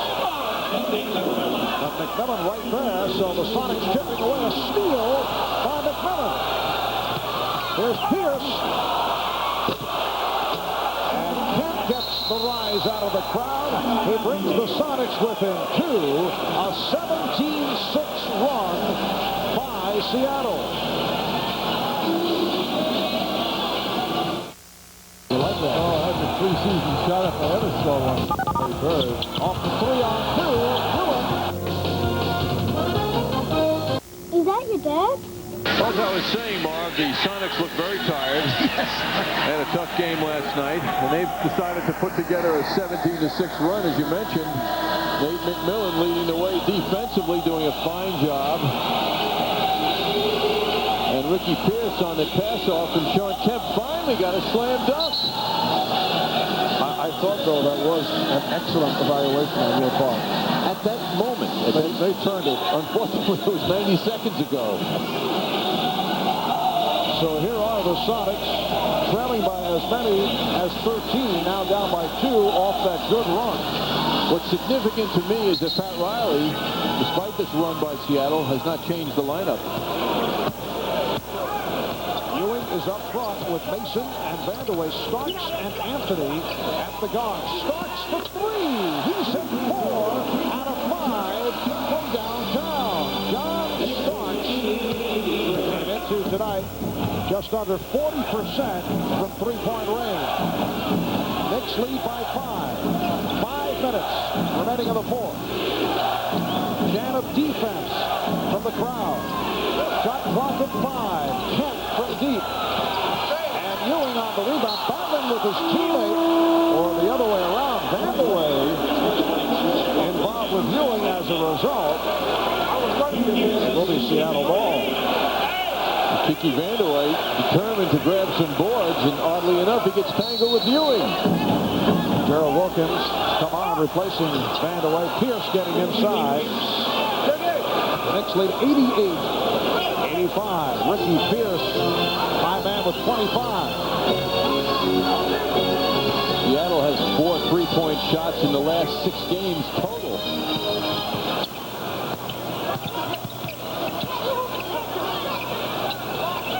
Shot clock at 6.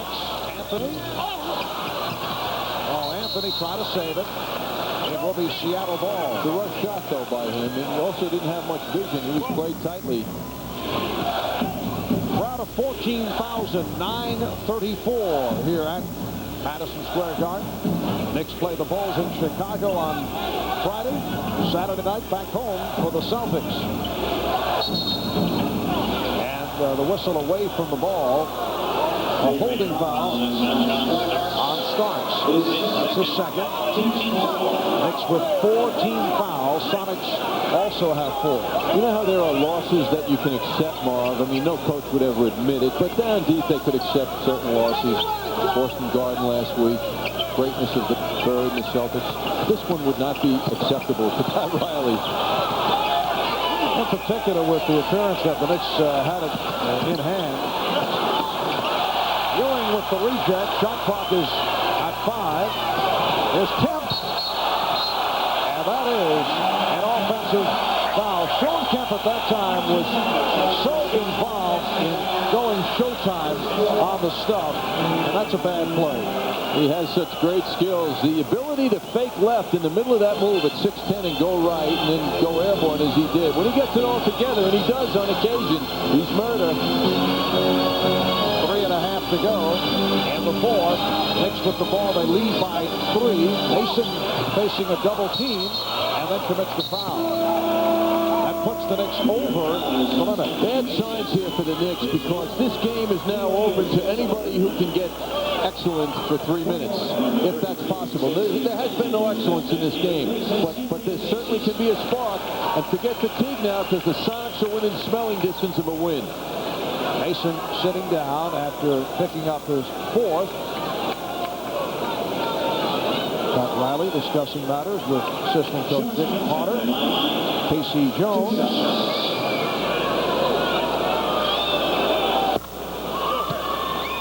And Sean Kemp has brought the Sonics within 2. Sean Kemp coming on strong in the second half. 3:29 remaining in the fourth quarter. The Knicks now lead 88-87. Knicks led by as many as 13 earlier in this fourth quarter.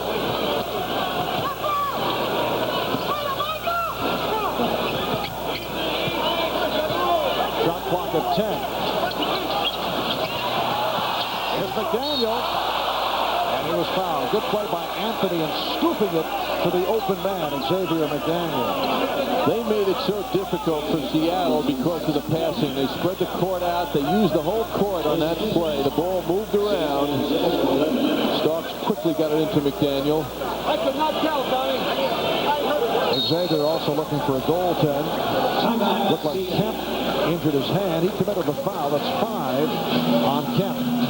And a timeout taken by the Sonics. And the Sonic trainer, Frank Furtado, is checking the hand of Sean Kemp, who is obviously in pain.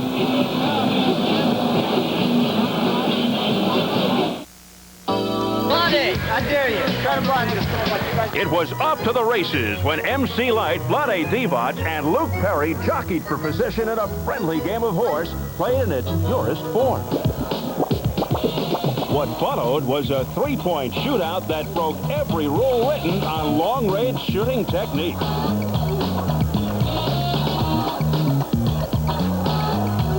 When the shameful exhibition finally ended, it was the Fresh Prince who was crowned three-point king as he hit 5 out of 15 shots. Always the modest and humble gentleman will let the win go to his head. I just won the three-point contest. He ain't seen me, right? He cheated. No, man, see what it was? I was pressured, right? And I was feeling the pressure. And I was like, man, I got to drop some of these, right? So it was like, bang, bang. I hit like 17 of them in a row, like 17 in a row. Our slam session featured the power dunking of actor Billy Wirth, power hunk Luke Perry, some innovative moves by Flea, and a Spud Webb-influenced Marky Mark. The younger Wahlberg took a dunk on the wild side, crushing the competition and confirming his brother's pre-contest prediction. Monty, I told you he was going to win. Nobody didn't believe me because I taught him how to do all that. All right, we're just five. From the foul line, only 68% for the season. Call him commissioner, please. The new Coca-Cola Junior Knicks Basketball League commissioner announced today, Xavier McDaniel. 89-87. Knicks by 2 as we come up on 3 minutes remaining in the fourth quarter. Lloyd Benjamin is back in with Kemp departing.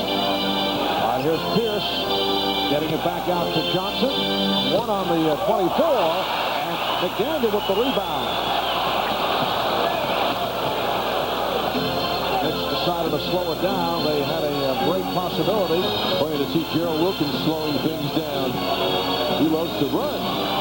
Shot clock at 8. 2.5 remaining in the fourth quarter. Here's Starks for 3. Yes!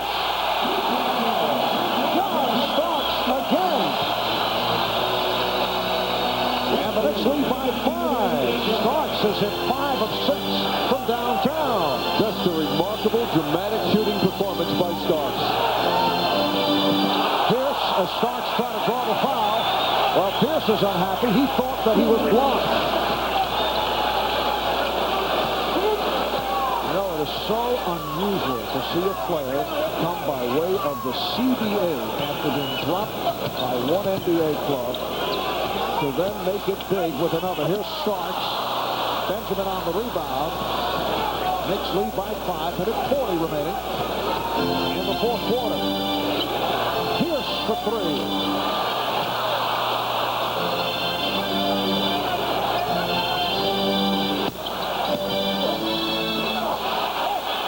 McDaniel with the save, but Seattle gets another possession. 1:15 to go in the fourth.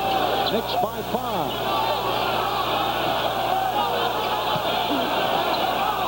Pierce from downtown. And Wilkins getting to it, then knocked away. Last touch by McMillan. It'll be Nick Ball. Well, Pierce giving it a try, but that three-point shot that he's launching requires strength in the legs. He's in his 10th year. He's got to be a little tired tonight after last night's run in Chicago.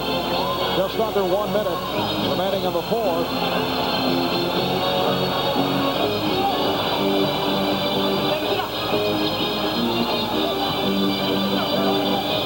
Shot clock 7. Ewing.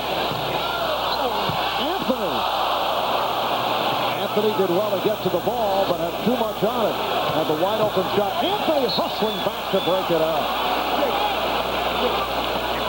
18 on the 24 for Seattle. 34 seconds remaining in the fourth quarter. Timeout taken by Seattle. The Knicks lead it by the score of 92-87. People who want to write sports for us don't give up easily. You again. Most points in the game, Knicks. 60, Bernard King. What was the president's batting average at Yale? 251. First home run, New York Mets. Gil Hodges. How many people at the first Super Bowl? 61,946. What were their names? Names? To keep up with sports in New York, keep up with the times. I hate him. No class. He's much too intense. The guy's a phony. I hate the guy. I hate the guy. He's a bum. He's such a prima donna. I love the guy. What class? He's so intense, so confident. He's a leader. You just gotta love that guy. The guy's a genius. He makes us a contender. Pat Riley. New York loves a winner when he wins for us. Well, tonight and every night at 11, join the MSG Sports Desk's 15-minute edition with a half-hour session every weekend right here on MSG. Bob Page presiding this evening. One of the major bright spots offensively. Wait a minute. The only bright spot offensively is the shooting of John Starks.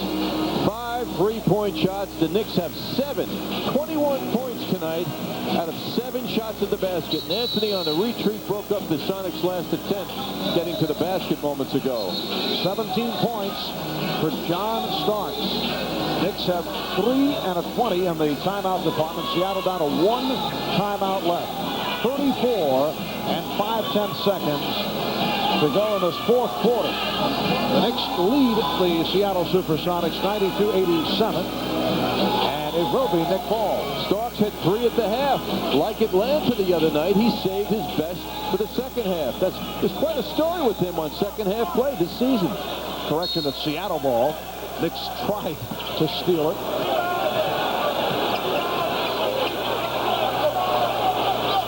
McMillan. And Ewing able to get to it.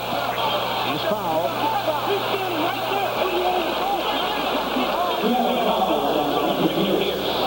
Ricky Pierce, who leads the Sonics with 25 points, called for the foul, and Patrick Ewing will go to the line. He's 3 for 4 from the line. The Knicks led most of the way. They led by as many as 13 early in this fourth quarter. And John, as you pointed out, the Sonics look to be a tired ball club after playing last night in Chicago. And at that very moment, they turned it around and went on a terrific run. But because of the fatigue factor, obviously, not able to maintain it. And they're trailing now by 6. Well, that's what's proven to be the factor, Marv, as you can see with your own 2 eyes.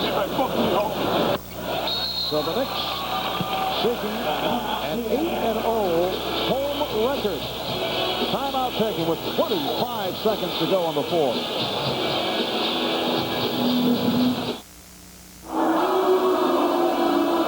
I hate him. No class. He's much too intense. The guy's a phony. I hate the guy. I hate the guy. He's a bum. He's such a prima donna. I love the guy. What class.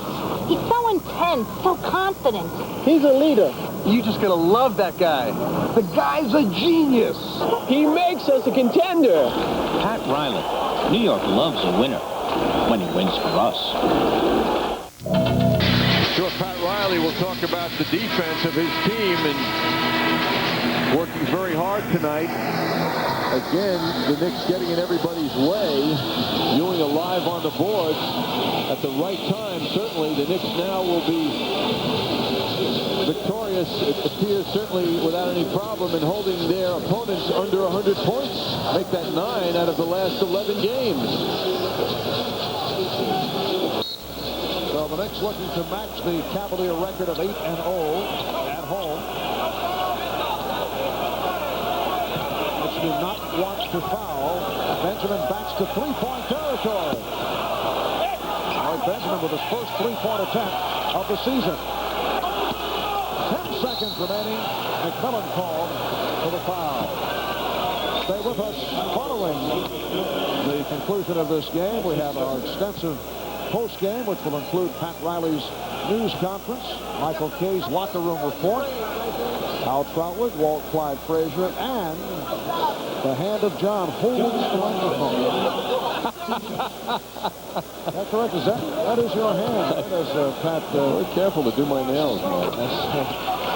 Pat provides us with the post-game comments. The heavy on that for Springwater player of the game is John Starks, who certainly provided a lift once again from 3-point range. As the Knicks take a 96-87 lead. Oh, nice dribble by Eddie Johnson off the foot. So the Knicks able to hang on. Anthony dribbling his way toward the locker room. And that will do it. The Knicks defeat the Sonics 96-87. What turns out to be a methodical victory. Seattle did make a run in the fourth quarter, but the Knicks win it by 9, and they are now 13-6. They've won 3 in a row. They have won 9 of their last 10, while Seattle drops to a record of 11-9 on this very difficult road trip. We'll be back in a moment.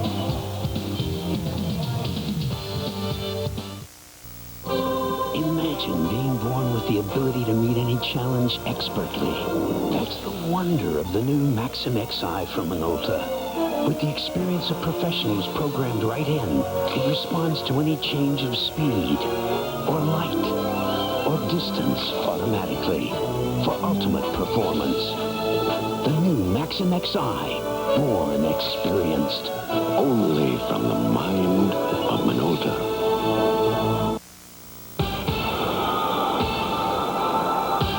Got stranded once.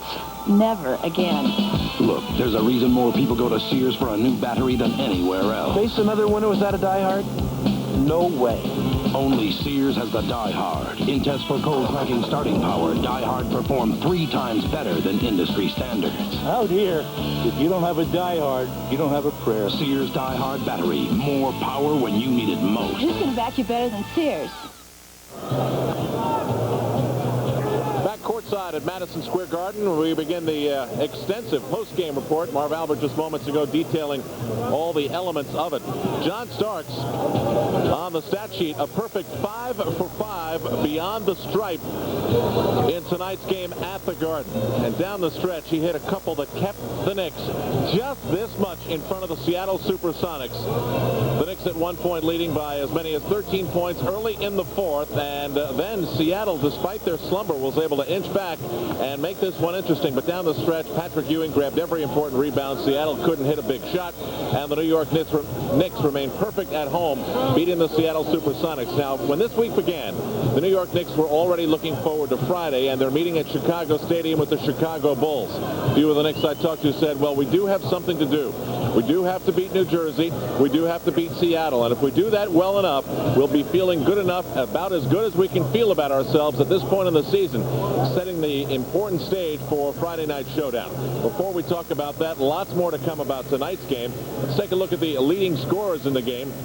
Brought to you by your Tri-State Jeep and Eagle dealers.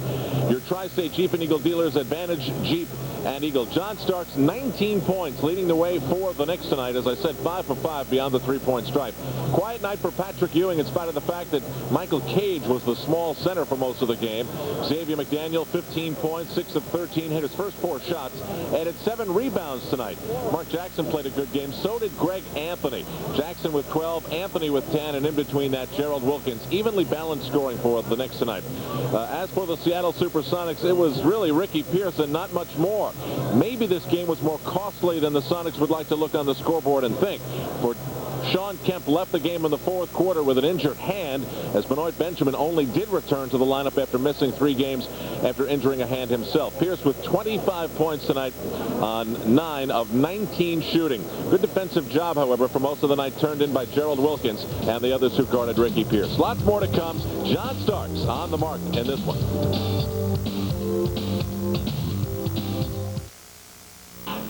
So do my sound check.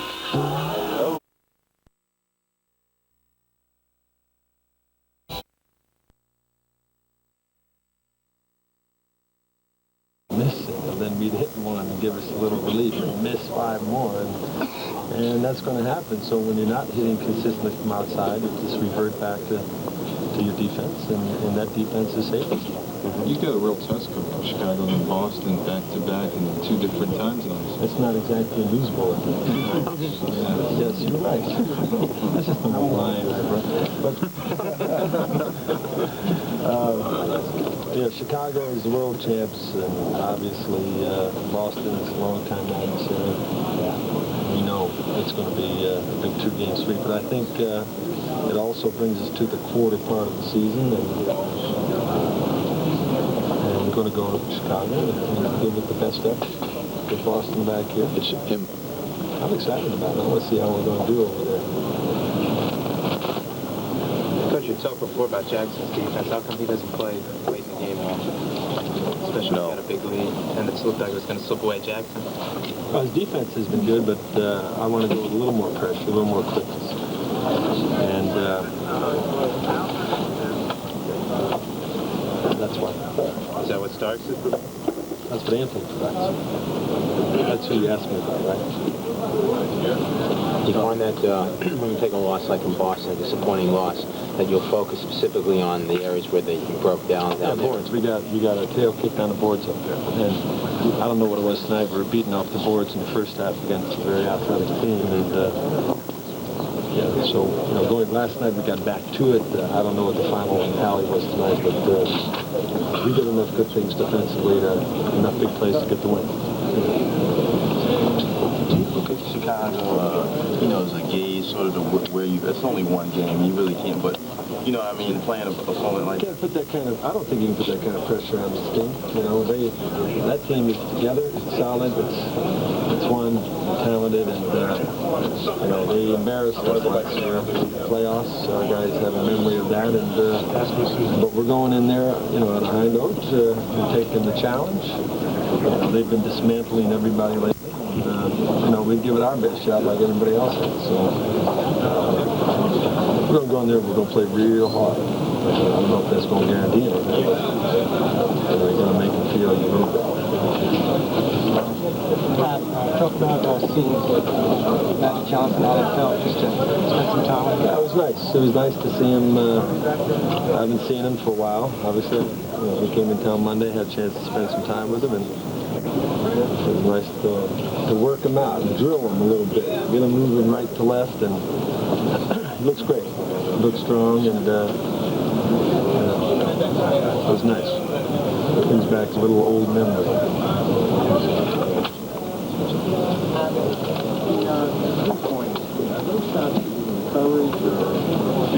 Listen, if you can't hit 15-footers and you're missing 17-footers, I might as well put them out there at 3. I mean, really. The shot that we set up, the John hit to put us at 5, why not shoot the ball from there instead of shooting it from 15? Actually, our percentage from long range is better than it is from medium range. Just is. There's something, I don't know what it is. It's bizarre. You step into the defense, you step into a guy closing you out, and, I just wanted to get up a shot, make sure we got one up. Did you instruct John to shoot from free? If he was open, no. If he was open to take it. If he wasn't open, he was going to go to Kiki in the corner, and then Patrick would have posted. So we wanted to give it a different look and not wave the flag, at Patrick all the time. And, some of those shots are supposed to go down for you. So maybe it caught him by surprise. I don't know. Pat, he's taking that shot with tremendous amount of confidence as a starter. Yes, he is. He is. He's playing. He stepped his game up, and he's like all shooters. He'll miss 3 or 4 in a row, and he'll keep shooting it. I think that's his mentality. He has no fear, and he's got a good stroke. He gets it up there real easy. And you have no problem with that. If he misses 3, 4 in a row because he's a shooter, you continue to encourage your guards. He misses 3, 4 threes in a row, he's on his ass on the bench. And I'll just pat him on the back and throw him back in. Nobody has the right to miss 4 3-pointers in a row. I mean, even John would say, take me out, take me out. I don't know. But you never put the reins on him. It's almost like a base. You give him the green light whenever he has it. He and Gerald got to put it on the floor. They got to shoot it. You got to let him shoot the ball. I mean, if the guy's got a wide open shot and he passes it up and you're going to get a worse shot. Some nights, like last night, they're all dropping for us. Tonight, they weren't dropping for you. So you got to win it another way. I'm not going to discourage anybody from taking a good shot. Right.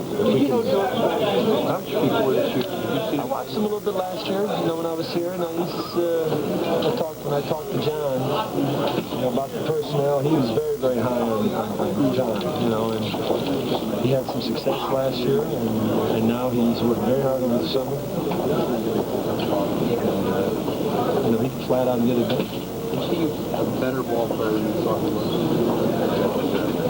More than you thought, or?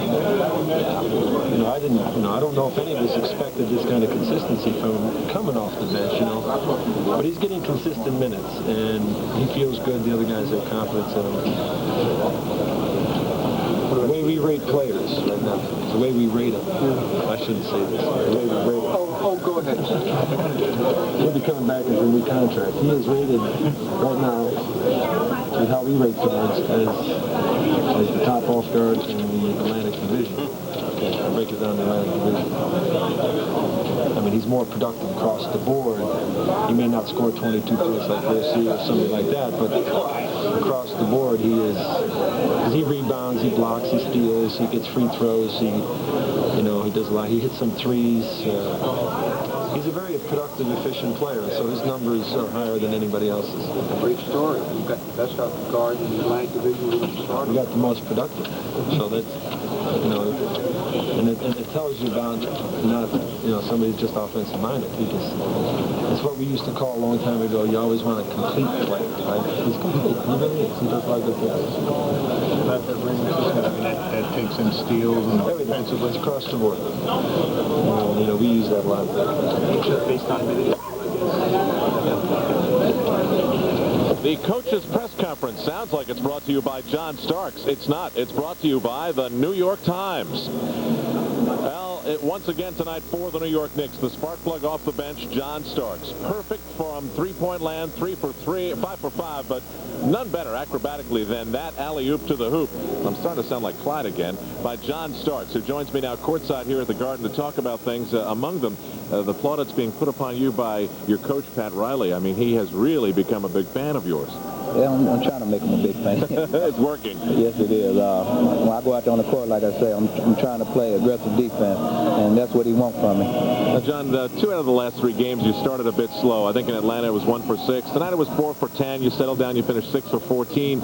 Yet you continue to shoot when you start off slow. I mean, you still want the ball. That shows an awful lot of confidence in your shot. Yeah, a shooter, never gives up on his shot. I always been like that. I may start slow, but I know I'm going to always finish the game strong. I try to press myself and concentrate a little bit more. Now, when Greg Anthony's shot comes around this season, the same man will be able to take some credit that can take credit for your shot developing and maturing the way it has, and that's Jeff Van Gundy. Why don't you talk a little bit about the effect he's had on your shooting? Jeff, he's an intense coach.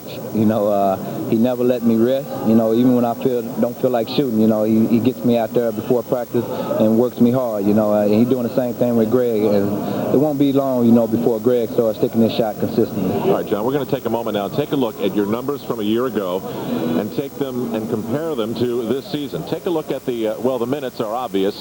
Now you've got points. That's doubled. Field goal percentage improved by 6 percentage points or so. Free throw percentage from the line improved up to almost 84%. Now, John, there's an awful lot of work that goes into that, an awful lot of confidence that's come out of it. This is really sort of a fairy tale when you consider that, there was a team in this league that said no to you, and off you went to the CBA, and then the Knicks find you, and here you are. Yeah, it's just been in the right place at the right time. I think I was fortunate enough when I came out of college at Oklahoma State that Golden State needed a backup point guard. Like I say, it's just the right timing. Like I said, I can't give enough credit to Jeff Van Gundy. He did a great job in working with me over the summer to improve my shooting, especially from the free throw line. John, there are a lot of positions in sports that sometimes don't get the recognition they deserve. In baseball, it's a middle relief pitcher. Sometimes in sports, it's the 6th man. But in this league, 6 men have gotten plenty of recognition. Last year, it was Detlef Schrempf. For so many years, it was Ricky Pierce for Seattle, who we saw tonight. Is that the kind of recognition that you would really enjoy? Not really. I don't look forward to that. I just look forward to come out and helping my teammates, improve their game as well as improve mine, and help us to some victories. All right, John, thanks very much for your time. Okay, thanks a lot, now. That's John Starks. Go in and give Pat Riley a kiss, would you? All right, that's John Starks. Great game tonight. Guests receive a Be My Guest restaurant certificate from American Express on it at restaurants in the U.S. and Canada accepting the American Express card. Be My Guest, the perfect wedding anniversary or thank you gift to order with the card. Call 1-800-535-GIFT. Membership has its privileges. Another look at one of the plays turned in by John Starks tonight, finishing the game with 19 points to lead the Knicks.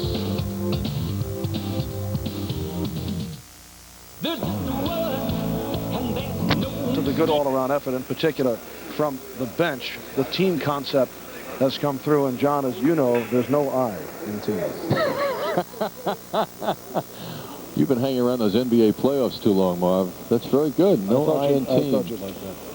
Well, very nice. I would say, though, in summing up, getting away from that important point that you make, this was an excellent win for the Knicks because, as you point out, it's one that could have slid away. And in many ways, Pat Riley has to feel it's a great win because when you can win a game like this, a sloppy game, a game with no beauty attached to it, it's got to make you feel very good. And the Knicks still are abiding by the Riley formula of staying undefeated here at home.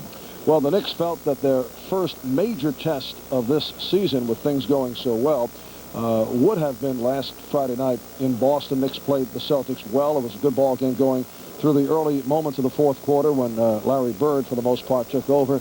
The next big major test will take place Friday night in Chicago when the Knicks go up against Michael Jordan and the NBA champion Chicago Bulls. Yes, the Knicks have so many disappointing memories to think of when you talk about Chicago Stadium, and it will be a wild 48 hours between Friday the Bulls and Saturday the Boston Celtics. And we'll be on hand starting at 8:30. That'll be the Knicks and the Bulls from Chicago. Remember, no I, T-E-A-M. Back to Al. It's been a spelling bee. What can I say? And more. 96-87. Knicks winners tonight. They're still perfect at home. More to come. Michael Kay, Clyde Frazier. Stay with us. Thomas was over. He was breathing pretty hard.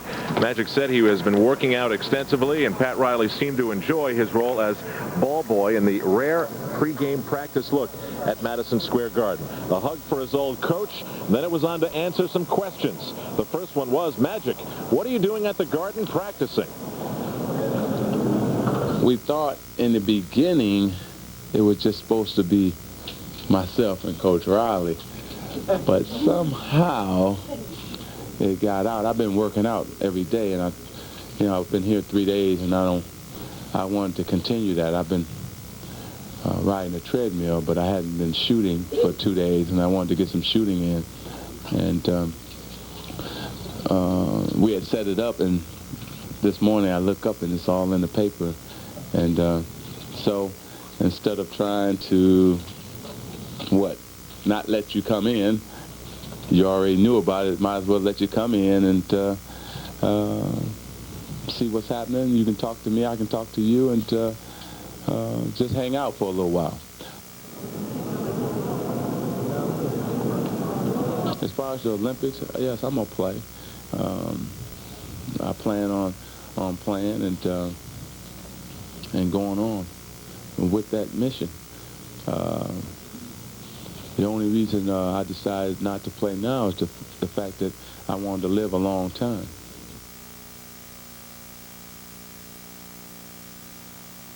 I got a job, and I'm on the job training at the same time. Now, of course, you want the message to come out right, and you want it to come out clear. So I learned a lot by the safest sex is no sex, of course, But we all know as we sit here, and I don't care if you're dealing with reality, and let's deal that way, that I can say that all I want, but people are going to have sex, whether I say it or not. And I want people not to have sex. I'm talking about the young people. But we know they're going to have sex. So if they're going to do it, then let's get them up to date on the safest sex is, the safest way is to use a condom. But you want to go first with no sex. But like I said, young people are going to have sex, and that's just the way of the world.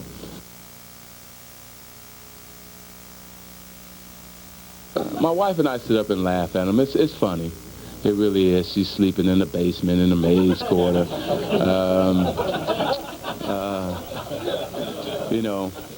The porno queen. It's just funny. It's really funny, And so it's no sense getting upset. The funny thing about this whole situation with that, even, I used to sit on the bus, and Michael Cooper used to buy those things, okay? And so I'm sitting there, so he would throw them down, so I pick them up and I'm reading them. And then I'm caught thinking, is this man really? That ape had birth to a tiger, and I'm thinking, this person is like this. Oh, wow, his wife was sleeping with 20 men. He didn't know it, And then, boom, here I am.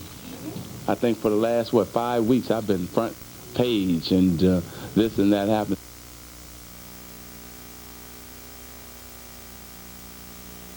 What I miss is Larry Bird. I miss Michael Jordan. That means the big games. I miss the competitive nature, going out. Okay, it's you and me. It's L.A., Boston, coming in the Garden right here today. I miss the big glitz. You guys, yeah, I want to do something because I'm in New York. You see? It's like that's what you miss. You miss just saying, yeah, okay, it's big time tonight. And you get up, you rise to the occasion. Magic Johnson still very charismatic in his new role as a spokesman for AIDS awareness. When he entered Madison Square Garden tonight, where he watched the game from the front row, he received a standing ovation. Still smiling and in attendance tonight, Urban Magic Johnson. The latest from the Knicks locker room, Patrick Ewing is hurting. What a play! Lance Blake's off the window! Lance Blake jumped up on Press Road. Why not? Here's two great plays for the price of one. First, Mutombo's block. And then Winston Garland's circus shot at the other end. The other way. Drops it over to Garland. And Garland just kind of threw up a prayer, and somebody answered it. Speaking of prayers, Moses also had one answered. Moses, shoot it, Moses, from Mick Clark. Why'd I tell him to shoot it? Baron Mays, a new kid on the wrong end of the block. Right by Henderson. What a block by Sam Hood. That's a house job. Number 4 in San Antonio, Greg Sutton had plenty of room to start the break. Henderson with room to finish. Unlikely hero of the week, the Cavs, Steve Kerr. He shoots. Hit! Steve Kerr buries it with 0.6 of a second left. At number 2, Sleepy Floyd woke up the arena with this move. Taken away. Here's Floyd the other way. Reverse for 2. Finally, a play guaranteed to flip your wig as Chris Mullin comes up with a hair-raising finish. Stolen a hurry hit. Less than a second. Under a second to go in the first period. I'm Jim Fagan. Next week on NBA Action, we'll take an inside look at the Men of Steel. The steel can change the whole game. And in our Olympic profile, we'll meet the Warriors' all-world Chris Mullin. I'm having more fun now than I ever did playing basketball.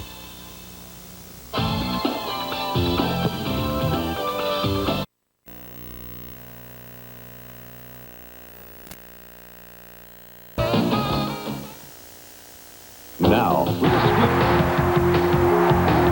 welcome to Madison Square.